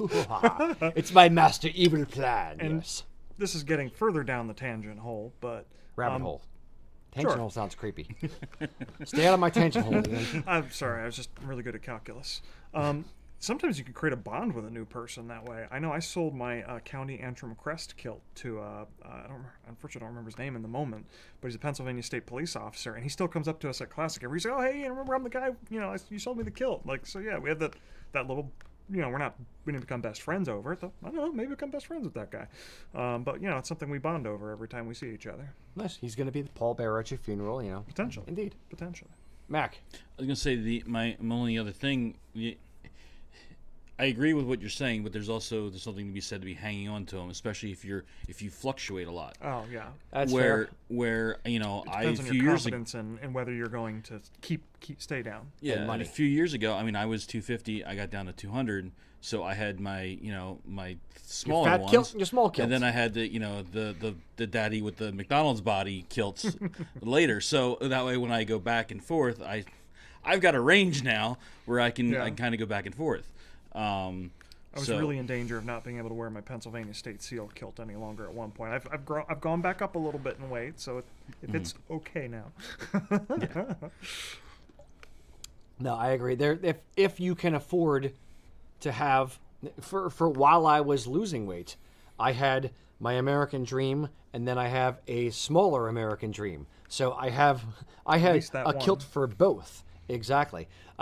So yes, there is a certain wisdom in it. Now, I am absolutely speaking from a position of privilege where it's just like, hey, I already own the cloth as the company. Mac, have Casey make this for us. Ha ha ha. That helps. Indeed. Or you as a kilt maker, Mac, have the ability to physically make the kilt and defray your own costs. If you're somebody out in the great wide world on the YouTubes, yes, you're having to pay for two separate things. But if money isn't the issue, then save a couple kilts. Even if you lose weight now and you replace your entire wardrobe and you don't care about money, I would say save a fat kilt or two for yourself just in case you do put weight back on and need a little bit. And this is advice for, same thing with pants or with shirts or anything. If you lose a bunch of weight, don't just get rid of your entire wardrobe. I have been on diets before and gone way down, and then over time kind of crept my way back up. And you don't want to have to, put on your dress pants and go, these are too snug. Honey, we have to stop at the store before we go to the thing because I need to buy pants. To buy the thing that I used to have in the right size. Exactly. So I would say hedge your bets a little bit if you're on a weight loss journey or a weight gain journey. If you're happily married now and she is a great cook. So, indeed, yes, that's my long-winded answer for that. You're saying question. you're not happily married. You said that, not me. I would never say that. Fair enough. Indeed. I fear my wife too much. All right. You should. Ian, next question. Do we want to do a related but distinctly different question, or do we want an entirely different question? Sure. I'm broken here. Okay. We'll get into...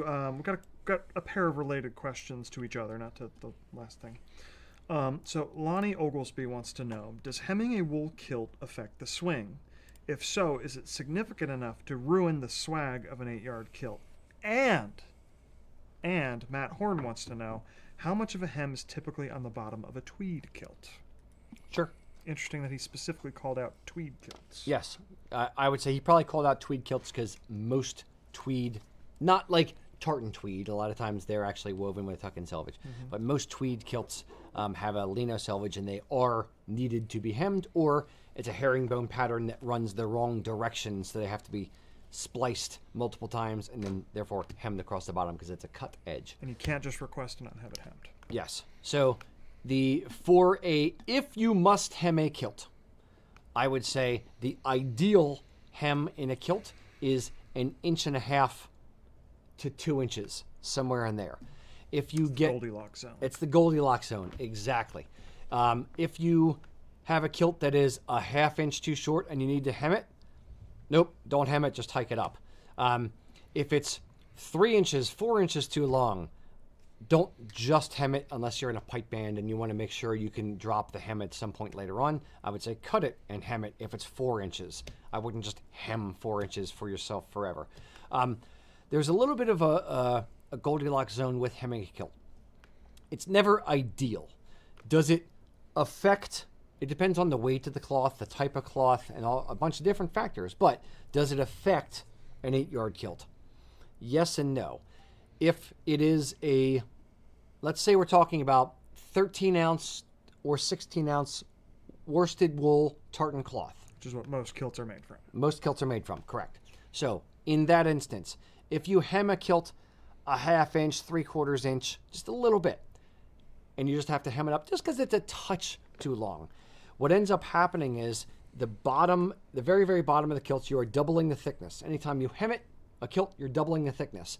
And if it's just that much, it ends up, the pleats tend to want to kick out at the bottom. It's bubbling a little bit. Yeah, it's bubbling. It's not bringing it, further back up into the kilt. It's just a tiny bit. You're not just doubling your pleasure and doubling your fun.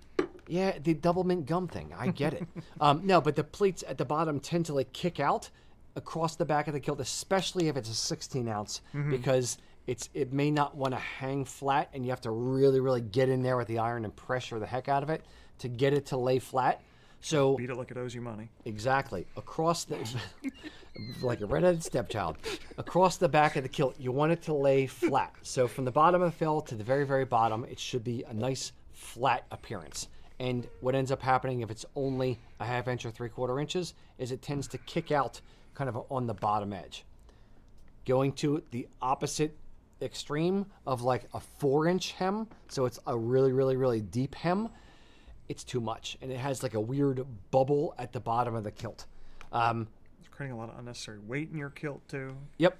So the Goldilocks zone is 100% the 1.5 to 2 inch kind of zone where it's just it's coming up enough that it wants to lay flat. There's enough travel back up inside the pleats that it's not trying to have all the pleats kick open, but it's not going so far up the back of the kilt that it's too much fabric or feels weird. And notably, wow, I completely lost my train of thought. That was 100% notable. I am better for noting that. So yeah, I would absolutely say. Go ahead. I remember where I was going to go with it. Notably, if you're going to hem it up 4 inches or more, you're changing other choices that were made about that kilt, like the fell length. So your fell length is generally about 1/3 of your overall length of the kilt. So if I've set that way and you hem it up 4 inches, the bottom of the fell is going to be much lower than is ideal. But Ian, relative to your body. But Ian, why does the bottom of the fill matter for the back of the kilt? So if I had a 24-inch kilt and I'm 6 foot tall and I pass it down to my son, who I have to hem 4 inches off of, why does that 8-inch fill, which is 1/3 the length of 24, matter for my son? So you basically what you want is that hem to end right at the widest part of your body. So for somebody whose hips are larger than their waist, which isn't everybody in fairness, it's hitting basically right at the widest part of your buttocks and then dropping straight down from there. So you can get some weirdness to how the kilt hangs if you don't have that quite dialed in. If it goes, yes. Yeah. And ultimately, if the fill, which is the sewn down portion, goes from the top of the kilt to the widest part of your butt, if you shorten the bottom because the person is shorter, then let's say that 8-inch fill should really be a 7-inch fill. Now it's going beyond the widest part of your butt. When you sit down, your butt expands a little bit and it goes out under the widest part of the fill. If the fill goes down beyond the widest part of your butt, when you're sitting and expanding, you're putting too much pressure on the bottom of those pleats, and what will tend to happen is you're going to get pop stitches and it's going to rip the bottom of the fill and the pleats will kind of tear up. Or the other weirdness that it'll look is as you're wearing the kilt, it's going to look like a mini skirt that hugs your body, and it hugs it weird because it's kind of like outlining not just going to the widest part of you and going straight down. It's going to look like it's kind of like hugging your butt, which can look weird and it's prone to split the pleats more because Hadn't it's thought of going it that down way. beyond the bottom. Yep. Notably, though, it's not the end of the world to have a hem. In the case you're describing, specifically the father handed down to the son, if you think that son is going to continue to grow and you're going to want to let that hem out and he can still wear it, Sure. it's a good temporary solution. Yeah. Or if you got a great deal on like a $800 8-yard hand stitched kilt on eBay for $80, and you spent a small amount to have it hemmed, you got a good deal out of the Yeah. whole thing. So and I wouldn't panic too much about the swish and the sway and the swag of it all. To Lonnie's original question, you still got a good deal and didn't spend $800. Yeah, and So- there are some weights of fabric. Touching on the weight kind of thing, there are some weights or types of fabric Yeah. that will hem better than others. So, on the hell no, we won't go. And well, I shouldn't say that way. On the more difficult to hem are tweeds, especially tweeds that are a little softer. Spongier. Yeah, spongier, like Martin Mills tweeds or like the Loch Heron jacket suiting fabric kind of tweeds, or jacket fabric kind of tweeds, which are a little spongier and don't hold a pleat or a crease quite as nice. They're a little bit more difficult to hem. On the other end of the scale, 11-ounce fabric. If you have an 8-yard kilt and it's you want Bell of the Borders and it's only available in 10-ounce or 11-ounce fabric from Loch Heron, then I would absolutely say, yeah, a hem is not necessarily a bad thing because it adds a little bit more weight to the bottom of the kilt to help with the swing. And if you look at like Highland dancers and that kind of thing, a lot of times dancers' kilts are lighter weight fabric for heat issues, but they are also hemmed because they want a little bit more weight to the bottom of the kilt, and that helps with the bouncing of the pleats. And notably, you might need to have a hem on 11-ounce cloth sometimes, because Yes. it doesn't always have a tuck-in selvage that is appropriate for the bottom edge of a kilt, so you do hem up. Yeah, that's true as well. So sometimes it might not be ideal, but it is the better of the The lesser of options. two evils. Yeah. Sometimes with PV kilts, we do have to hem them because the edges come in just in a way that they aren't usable as the bottom edge of a kilt. Yeah. That's true. Either because it was just made with you call it Lino selvage. Yeah, Lino edge. So it kind of has a little bit of a fringed type of a look to it, which isn't ideal for the bottom of a kilt. So we do hem them up. I have a PV kilt that's hemmed up, and it actually doesn't bother me. Like, I'm a little bit of a snob about hems, and I don't like them, and I don't want a kilt with one. But when I put it on, it doesn't actually. I don't think about it. Doesn't bother Yeah. me. You think about it while you're putting it on, but as soon as you put it on, you forget about it. Yeah. Yeah. Or sometimes just the edge wasn't made successfully, and we end up having to hem it. Yeah. That's fair as well. Cool. Yeah. Mr. Mack. Alrighty, so we have Brennan asking, have we ever offered alternative pleating options, or have we ever made any kilts and alternative pleating options, like a King OC or reverse King OC, box pleats, those along those lines? Yeah. So, yeah, have we done it? Yes. Do we like it? Varying degrees.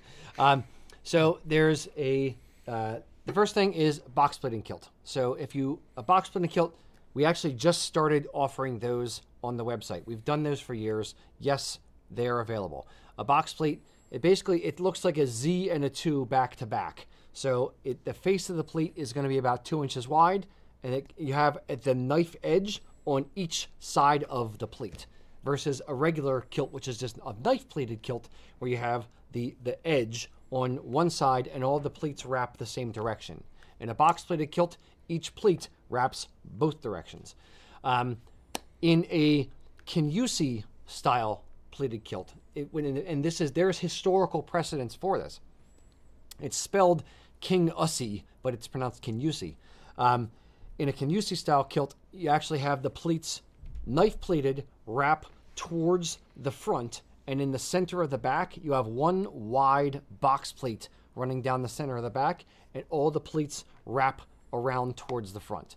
In a reverse Kinyusi pleat, it's pleated like a Utilikilt. Utilikilt uses reverse Kinyusi pleating in all their kilts, where the left-hand side pleats to the left, and the right-hand side, my right, pleats to the right. So they all wrap, and then they meet at a reverse box plate in the back, dead center of the back. So these are different pleating styles other than the standard knife pleating kilt. There's also military box plating kilt, which is a little bit twist on a box plate. I have made I've made a couple reverse Kenusi kilts.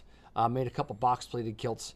I don't like regular Kenusis because you end up with, depending on the depth of the pleats, a bunch of fabric kind of bunching up in the center of the back, and you have to kind of fold it in on itself and fold it, like get origami swans in the center back to get the box plate just so.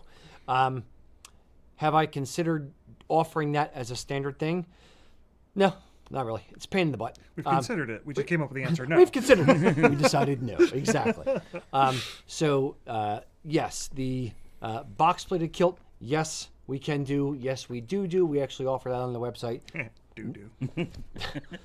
So mature. 98% of kilts that are out in the world today are just standard knife plating kilts, or knife pleated kilts. But there are alternative styles. Most people don't do them, don't understand there's different styles, and it's a very artisanal thing. Yes. Like a military box plate kilt requires a lot of follow-up ironing maintenance too. Yes, that's 100%. Heard a few folks who've gotten them elsewhere, and they have a little bit of buyer's remorse on that front. Here's a military box plated kilt. It's a box plated kilt, meaning there's a knife edge on each side, but one side goes much, much, much deeper than the other because it's called the military box plate because British military, used to. I think maybe some still do, but most of them, some of them used to have military box plating kilts, which is the face of the pleat is 3/4 of an inch wide, and one side goes in 3/4 of an inch and goes way back. The other side just goes way back. We'll put up graphics after the show to show you what it looks like when you're looking down the edge of the kilt. So, in theory, that's cool and neat and different. Here's the problem where reality hits and smacks you in the face like a brick. You've worn this kilt out 3 times, 4 times, and you're just like, oh, I went to a festival, sweated in it. It's a really, really neat kilt. I love it, but now it's dirty. I have to go get it dry cleaned. Or I have to wet wash this kilt, and all the pleats come out. Now, good luck. When you take this kilt to a dry cleaner, Hurts thinking about it. they 99.999% of dry cleaners, unless they live in a town with a kilt company who tells them how to do it, will not know what to do with a military box-plated kilt. They're just going to get this thing through the system as fast as possible. So they're going to, throw it in the big old dry cleaning drum, come out, and then they're going to put it in a big clamshell press, ka-chunk, and do the pleating all in one shot. They are not going to sit there and baste all of these pleats, 4 rows of basting across the back of the kilt just so that they are perfect. They are not going to take the time to put 6 pins down every single pleat to baste it in a big clamshell so it's just so. They're going to go, okay, pleats go one direction, boom, boom, boom, boom, boom, ka-chunk, done. And they call it permanent pressing for a reason. It is permanent. Undoing the ka-chunk is a big pain in the butt, and it will get screwed up. The number of people, well, there's not that many because there's not many box plates, or military box plates, but the number of people over the years who have brought in, and Max over there shaking his head, the number of people who have brought in a military box plated kilt and said, hey, I brought this to a dry cleaner and they screwed it up. Can you fix it?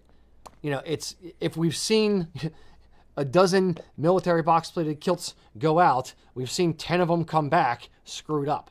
So it's not something that is common. And the less common something is, the less people know how to deal with that thing. And the maintenance on them over time becomes a nightmare. Then you end up with essentially a knife-plated kilt with a wonky bit right at the bottom of the fell because the dry cleaner doesn't know what they're doing and how to treat the thing. So think twice before getting a military box-plated kilt. And doing it right if they're charging you an appropriate amount for their time, would be dramatic. Yeah, I would guess If they're charging $50, they're not charging enough.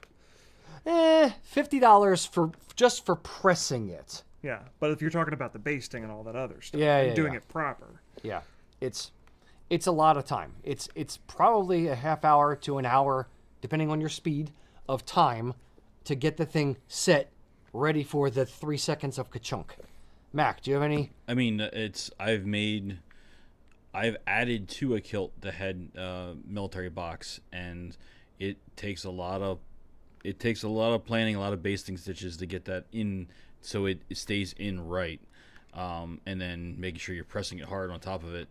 But yeah, I've seen multiple where it's come back from a dry cleaner, and now they're all knife edge pleats now, and that you have that hard twist right at the that fell line. Going back a half step here to your King Usi kilts that you've done. Now those have a lot more planning involved as far as the making how everything meets in the back. Yes, the reverse Kinyusi ones. I've only made reverse Kinyusi. Yes. So where the pleats meet in the center of the back. Yes, it's there's more planning, but it's not that big of a deal. The only way that you have to worry about planning it is when you're marking out the fabric for the kilt. Essentially, in the center back, you're just skipping one pleat. So if you're doing something to the set, doing it to the stripe is easier because you skip that stripe. That's kind of where I was going with that. Yeah, if you're doing it to the set, then you have to have an even number of pleats, which is generally a no-no when you're pleating a kilt. An even number, and like if I was doing this one again, left in the kilt, middle of the show. So if I was doing this one and I was going to have 2 pleats in this black section, then I would do one black pleat to the left and one black pleat to the right, and then behind that is essentially the black section as well. So it's a double deep pleat because you have one side going that way, one side going that way. So you couldn't have that white stripe as a center going in the back. Correct. And the other thing you got to be concerned about with those, which is you're losing if you do lose weight and everything has to be shifted now. That center point is now off to the side, one direction or the other, or even if you expand, it's going to go the other way. So that is another thing to consider with those. It's you settle that at your weight. But in whether you're making a military box pleat or a reverse Kinyusi pleat kilt, you essentially you sew it essentially the same way that you do a regular kilt. The tweaking is in the ironing, and in the basting. So for like a reverse Kinyusi plate, you end up pleating it, and then essentially skipping one, so you have one super deep pleat, and you continue pleating all the way to the end. And then when you go to iron it, you fold half the pleats this direction, half the pleats this direction, and the center back plate you kind of spread out so it's split and it's going both directions. So it's not that big of a deal. It just takes a lot more attention to detail and remembering what you're doing, because if you're somebody who makes knife-bladed kilts, 7 days a week, and now all of a sudden you have to do something different, you go on autopilot and you screw it up. Yeah. You have to create a solid plan from the start and execute it well. Yes, and mark everything out to help yourself out. With the knife plated, you have a little bit more flexibility to add one or lose a pleat potentially. Yep. But yeah, you're out of luck on the King Uzi. Yep. Either version. Indeed. All right, that was you, Ian. We're gonna keep going. Yep, we're gonna do 2 more. Okay. All right, let's do a question from Dean Morris. What fabric do you prefer for the lining? I find cotton stays in place once you're buckled in, and satiny fabric is easier to shift after getting buckled in. There's also the issue of absorbing perspiration. Satiny fabric. Satiny. Okay. 100% cotton lining for a kilt. Period. Almost end of discussion. But I'll continue speaking. So I would say You lie. Cotton. We use ours isn't brushed, is it? No. Because brushed is generally a little bit thicker, heavier weight. A little bit thicker, and it also has like a gray. It'll have a gray tint. nap You'll just be able to to it. see the tool lines in it better. We have polished cotton, but it's a medium weight. I think it's 7.5 ounces is our cotton that we use. You can use a brushed cotton, which has specific advantages of grabbing a little bit more. So the biggest issue in my mind, there's two issues when picking the lining of a kilt. One is absorption of moisture, so sweat, and the second one is making sure that the kilt doesn't drop. You don't want your kilt dropping around your ankles as you're wearing it. So the tightness of the kilt grabbing the shirt or gripping the shirt is, almost like paramount, but it's key for selecting a lining fabric. So a brushed cotton is good for grippiness, if you will, generally against a cotton shirt or a dress shirt or something like that. It's bad because it's a little bit thicker, so it may trap a little bit more heat. But it's still a reasonable solution. Alternatively, some kilt companies use a really lightweight, like a 4.5 or a 5 ounce maximum kind of a plain weave fabric for cotton fabric, generally speaking, for the liner of a kilt. We use 7.5 ounce fabric, and I still swear by that. I love it the most. Mm-hmm. It's a twill weave, and it's polished cotton, but it's good stuff. Satin. Hell no. I would never use satin or taffeta or anything like that for the lining of a kilt because it doesn't do either of the things. It does not breathe, so you're going to sweat more. It doesn't absorb moisture well. Part of what it's doing there is protecting the wool of your kilt. Yeah. Or absorbing some of the moisture so that it doesn't go into the kilt itself. Yeah. And it's slipperier than cotton, so it won't generally grab your shirt in the same way or your underwear or whatever to help hold the kilt up. So no, I would never. I can't imagine a scenario that anyone would put that. It's cheaper, but that's about it. The one advantage I could see it for is people with limited mobility, especially if they're very large. You can spin the kilt to do your strap, spin the kilt to do your other strap, but that's only the moment when you're putting it on. Yeah, no. So I don't think there's enough advantage there to lose all those other advantages to the cotton. Yeah. Yeah. Oh, okay. Pakistani kilts have satin lining. That's the only time I've seen it in a kilt. Yeah, but isn't typically there's more of a half moon? Half moon? Yes. They're just more like a half circle. The ones that I have seen, they do it's pointless though. And it's take this for what it's worth, coming from a guy who, makes kilts, wool snob, makes kilts himself. The lining that I've seen in the cheaper kilts like that are satin or taffeta, it serves zero purpose. The point of a lining in a kilt is because, generally speaking, you are covering up all the scalloped out plates and the reinforcement, the horsehair canvas on the inside, all the stuff that is inside the guts of a kilt that a kilt maker should be doing in a proper kilt. It's covered up with a lining because it makes it look nice. And it has the added advantage of it helps to, grab the shirt. The ones that I've seen that are satin or taffeta or whatever in a cheap kilt are just kind of sewn in there because a kilt is supposed to have a lining. So they put it in, but they're not scalloping out all the fabric. Yeah. They're not doing anything else on the inside. If you're not scalloping out the fabric. So what the hell's the point? Yeah. So frankly speaking, I would just cut it the hell out. And they don't even sew it down on the bottom. I've seen them though, it's just they put it in and then it flips up. So when the person's wearing it, it ends up ruching itself up during the day and it's almost peeking out of the hello, what's the Kilroy? Yeah, exactly, like Kilroy across the top of the kilt band on the back. So no, hell no, we won't go there. So if you have a kilt and it's not sewn on the bottom and it's taffeta or something like that, and and it's not covering up any nastiness underneath the underside of the kilt, I would actually just cut it out and be done with it. Period. Now, there's somebody just put in the comments also said about what about linen? We have used linen. This one has linen in it. Yep. I know we've done some with yours that have have had linen in, and you also have now going back in time. You have bay being used, which is like a wool, as a liner too. Mm-hmm. So you do have other things other than cotton that has historically been used, but bay is, again, it's going to be hotter. It's going to be So I understand where the cotton came in. And money, yes, cotton's a lot cheaper, so Yep. it also helps there too. So Yep. just there's other alternatives out there Yeah. than just cotton. I have 6 or 8 kilts with linen as the lining in the kilt.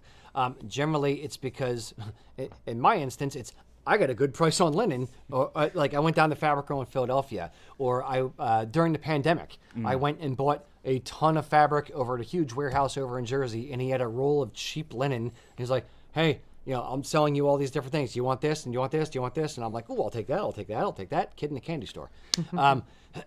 So But there's we were the candy store. yes, indeed.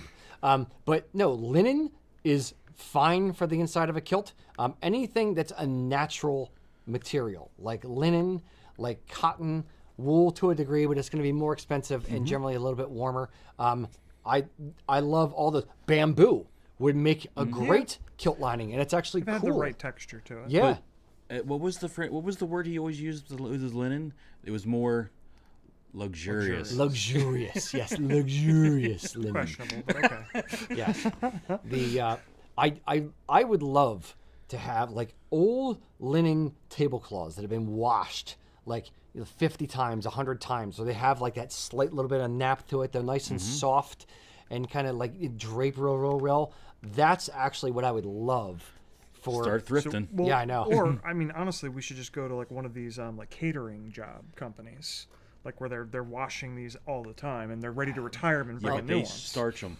They starch them, Oh, and they're okay. generally poly Oh yeah, that's fair. for That's fair. stain resistance matters. That's fair. Yeah. That's fair. High-end catering. So Luxurious. luxurious. Luxurious. So why don't we offer a billion different options for the liner inside a kilt? It's too difficult to get a billion different options and Yeah.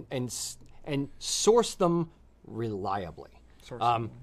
Store them Ultimately, all. store them all, which is it's a problem. It's not that big of a problem as reliable sourcing. So if we offered, Transformers, bed sheet looking, lining at a kilt, I can't get that every single time. And as soon as put it up, it's out of stock, and then but that's what I wanted. Nope. And at the end of the day, you don't see it. Yeah. At the end of the day, you don't see see it. it. Nobody else does. Yeah, and the lining for a company like us, the ability to get things consistency without delays, without having to call the place 100 times and have any delays that we definitely don't have at any of them else right now. Without the ability to have consistency of products and not rebuild the supply chain every other week, that is paramount because that all adds to the cost of the kilts. So, nope. That's why we have black as the option because we have a great source in the U.S. where we can get the perfect, for us, fabric for the liners of our kilts. We've never had complaints about it. We've never had issues with the cloth. Boom, done. That's All been right. the same for years and years and years. Yeah, we've used that same company for as long as we've been putting linings in kilts. So, yeah, excellent. Good question. Was that you, Mac? That was me. That was Ian. Ian. Mac, give me one more from you, sir. Alrighty. Colton asks, does it look strange to wear a piper's sporn if you aren't piping or at an event where you would play? Or would buying a different sporn be easier? Assuming that this is a pre-buy decision, then yes, buying a different one would Buying a inherently set be or easier. getting another one. Yeah, I'm not a big fan of horse. I'm assuming by piper sporn he means horsehair I would. sporn. Yeah. That's where I'm Okay. assuming. A piper's as well. dress sporn wouldn't be the end of the world. Piper if you hunting like dress that. sporn, Yeah, kind of, yeah. like a dress sporn, but with the leather leaves as opposed to Sure, the tassels. if you like that, fine. Yeah. Yeah, it's long hair sporans. So horsehair, goat hair, basically big long Full length of your apron. 18 inches or so long. It was popular during Victorian times. It's not really a thing now outside of bagpipe bands. Outside of those who are trying to dress historical and want a throwback kind of look. Yeah, that's a very different kind of So thing, though. it's, specifically horsehair has such a strong visual now with pipe bands. I wouldn't do it. I'd wear something else. I have a weird reason why I would never wear a horsehair sporn. Every time you go out in a kilt, just in public, in the general population, if you will, and you run into the muggles, ask, "Oh, are you in a pipe band?" My answer is always, "No, I'm not in a pipe band." But if you're wearing a very pipe band specific item, Sometimes we get people who get a military doublet just because they love that look. I'm like, if you're not in a pipe band, you just look like you're in a pipe band, though. Yeah. More so than wearing a kilt does. Yeah. So there's certain things that are pretty unique to the regimental, also specifically regimental pipe band world, and copying those, is it fair game? I guess. Sure. But I wouldn't. Yeah. You just look like you're in a pipe. Frankly, I know Colton. If I see him if I run into him and he's wearing a horsehair spring, I'm like, oh, did you start playing the pipes? Yeah. Yeah. Nah, not my favorite. All right, that was a quick one. Ian, give me one more. Sure. I've got a question here from Knut Swainson. Hope I said your name right. I'm so sorry if I got it wrong. When wearing the kilt casually, is it okay to wear a fisherman's beanie or no turn back beanie? I've heard the shorter the bill, the better. But what about no bill? So beanie, fisherman's beanie, like turn back kind of thing. Yeah. Let's even. I'll even lump in yarmulkes. Or a pontiff's hat, like a pope hat. There you go. No bill on that. I'm going to go hard on the don't wear a come pontiff's on. hat with a kilt. Unless you are literally the Pope. It would be cool to see the Pope in a kilt. Cardinal. Maybe that's our next All right. Vox Pop is, Fair. Pope in a kilt. What kilt will we put? Yes. So, I'm really having fun breaking Marty. I was gonna say, is this the episode? How many times can we break Marty? yes. really loud So the hats and kilts. I have a form follows function mentality about it. I only wear beanies essentially in the winter because that's when my head is coldest and needs most insulation, and or my ears. Summer, I'll still wear. This is a scally cap, and it's wool, but it is not. What's the pillowy kind of thing? Quilted. It's not quilted. Yes, it's not kilted. It's not quilted. And it's wool, but I'll still wear this in the summer because my ears are nice and cool. During the winter, I wear these less on the way into the office because I want my ears covered. My ears get cold. So, yeah, if form follows function. If your head is cold, if you are follically challenged, like I am follically challenged, then yes, 100% a beanie is fine. Yeah, I have no problems with beanies with kilts. Ian. You have a 2-minute commute, you baby. Wow. and it's even worse than that because I have remote start on the car. So remote start, nice and warm. I have like 15 feet to walk, and then I park closest to the back door, so I have another 15 feet to walk. Yeah, I'm not follically challenged, and I tend to run hot and sweaty, so I don't wear beanies a lot. But yeah, in the winter when it's especially cold, absolutely throwing on a beanie. Form follows function, as you said. Wear a beanie if it makes sense. Now, some people do wear these types of beanies just as a fashion choice. Maybe not quite year-round, but darn close. You said casually, so I think it's fair game if that fits your look. Yeah. I think, for some reason, I think the really scrawny guys pull this look off better than larger guys do. Jace. Actually, I don't think I feel that way about Jace specifically. But I'm like...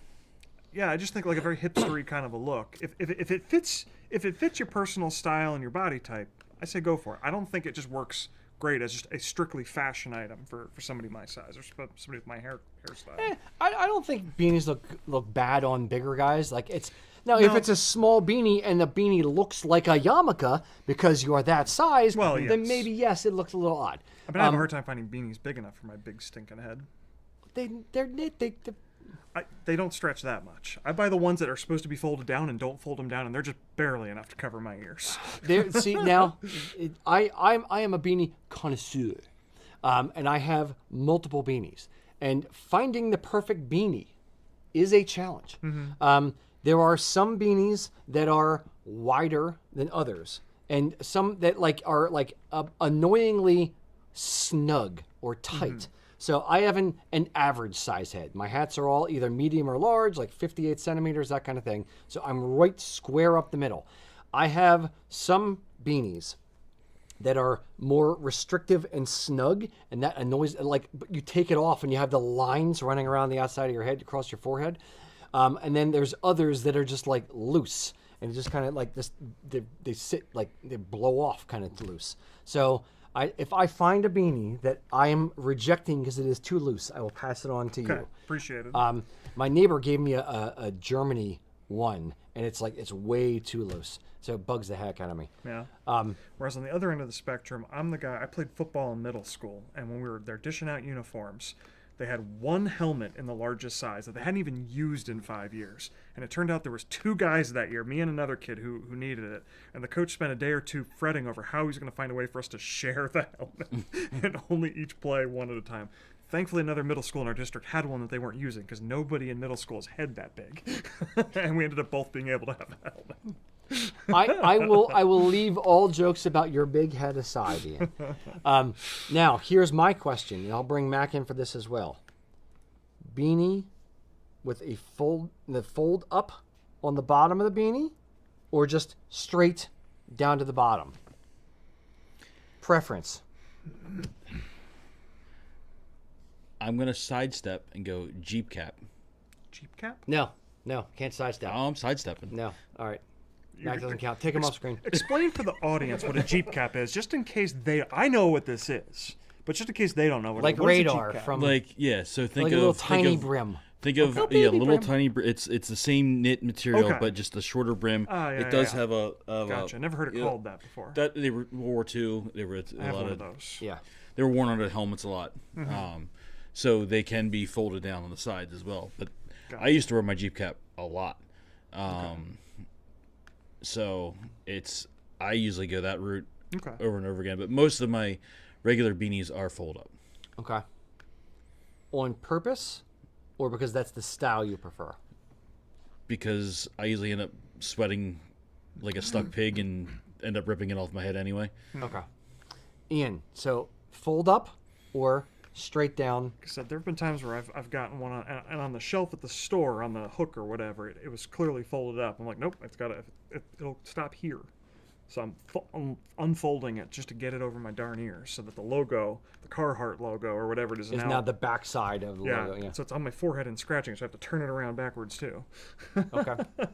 See, I'm being follically challenged. I have less bulk on my head and an average size head, so I guess that almost makes it small because I don't have hair. Maybe, I don't know. But I like the straight down period. The only problem I have is it's sometimes they're too far down, and it's like it comes down to like over here. It's finding the perfect beanie is yeah. It's I feel like what's his face from the suicide Brad Muir from the Suicidal Tendencies videos where it's like right over the eyes. Yes. The other challenge I have is as a long-haired guy is where even if I find a hat that's perfect for me with my hair down the way it is now, if I'm trying to get it up in a bun and then get a hat on, forget about it. Never mind. Okay. Ain't working. All right. Beanies. That's why you come here. Not talking about tartans and kilts, for beanies. In the summer. The hell asked us about beanies in the summer? Why are we talking about this? Because we love beanies. Beanies are good stuff. All right. Throw up the question of the day again, because we forgot to mention it before when we did it. So, from the question earlier in the show, what is the reason you started wearing the kilt? Was it for heritage? Was it because it's fashion choice? Was it for confidence, to either boost your own confidence, or because you just have a brimming abundance of confidence? Let me know in the comments why you started wearing a kilt. Maybe you were a groomsman in a wedding, or you joined a band. Yes. Get after it. Those things. Indeed. All right, boys and girls, thank you for joining us. Remember, we are having a party June 28th here in the shop, premiering or sneak previewing or something, showing the movie about Celtic festivals and Celtic heritage. Come check it out. Come visit us. If you can't, so sorry, so sad, you're going to miss it. But July 9th comes out to the general public. It's the best opportunity you have to talk to other kilt wearers while you visit the shop and to see more of the shop than just the store. Can I end the show? Yes, you may. Okay. I'll allow it. All right, thank you. So nice of you. Kind. All right. Thank you guys for joining us. Until next time, Slanjava.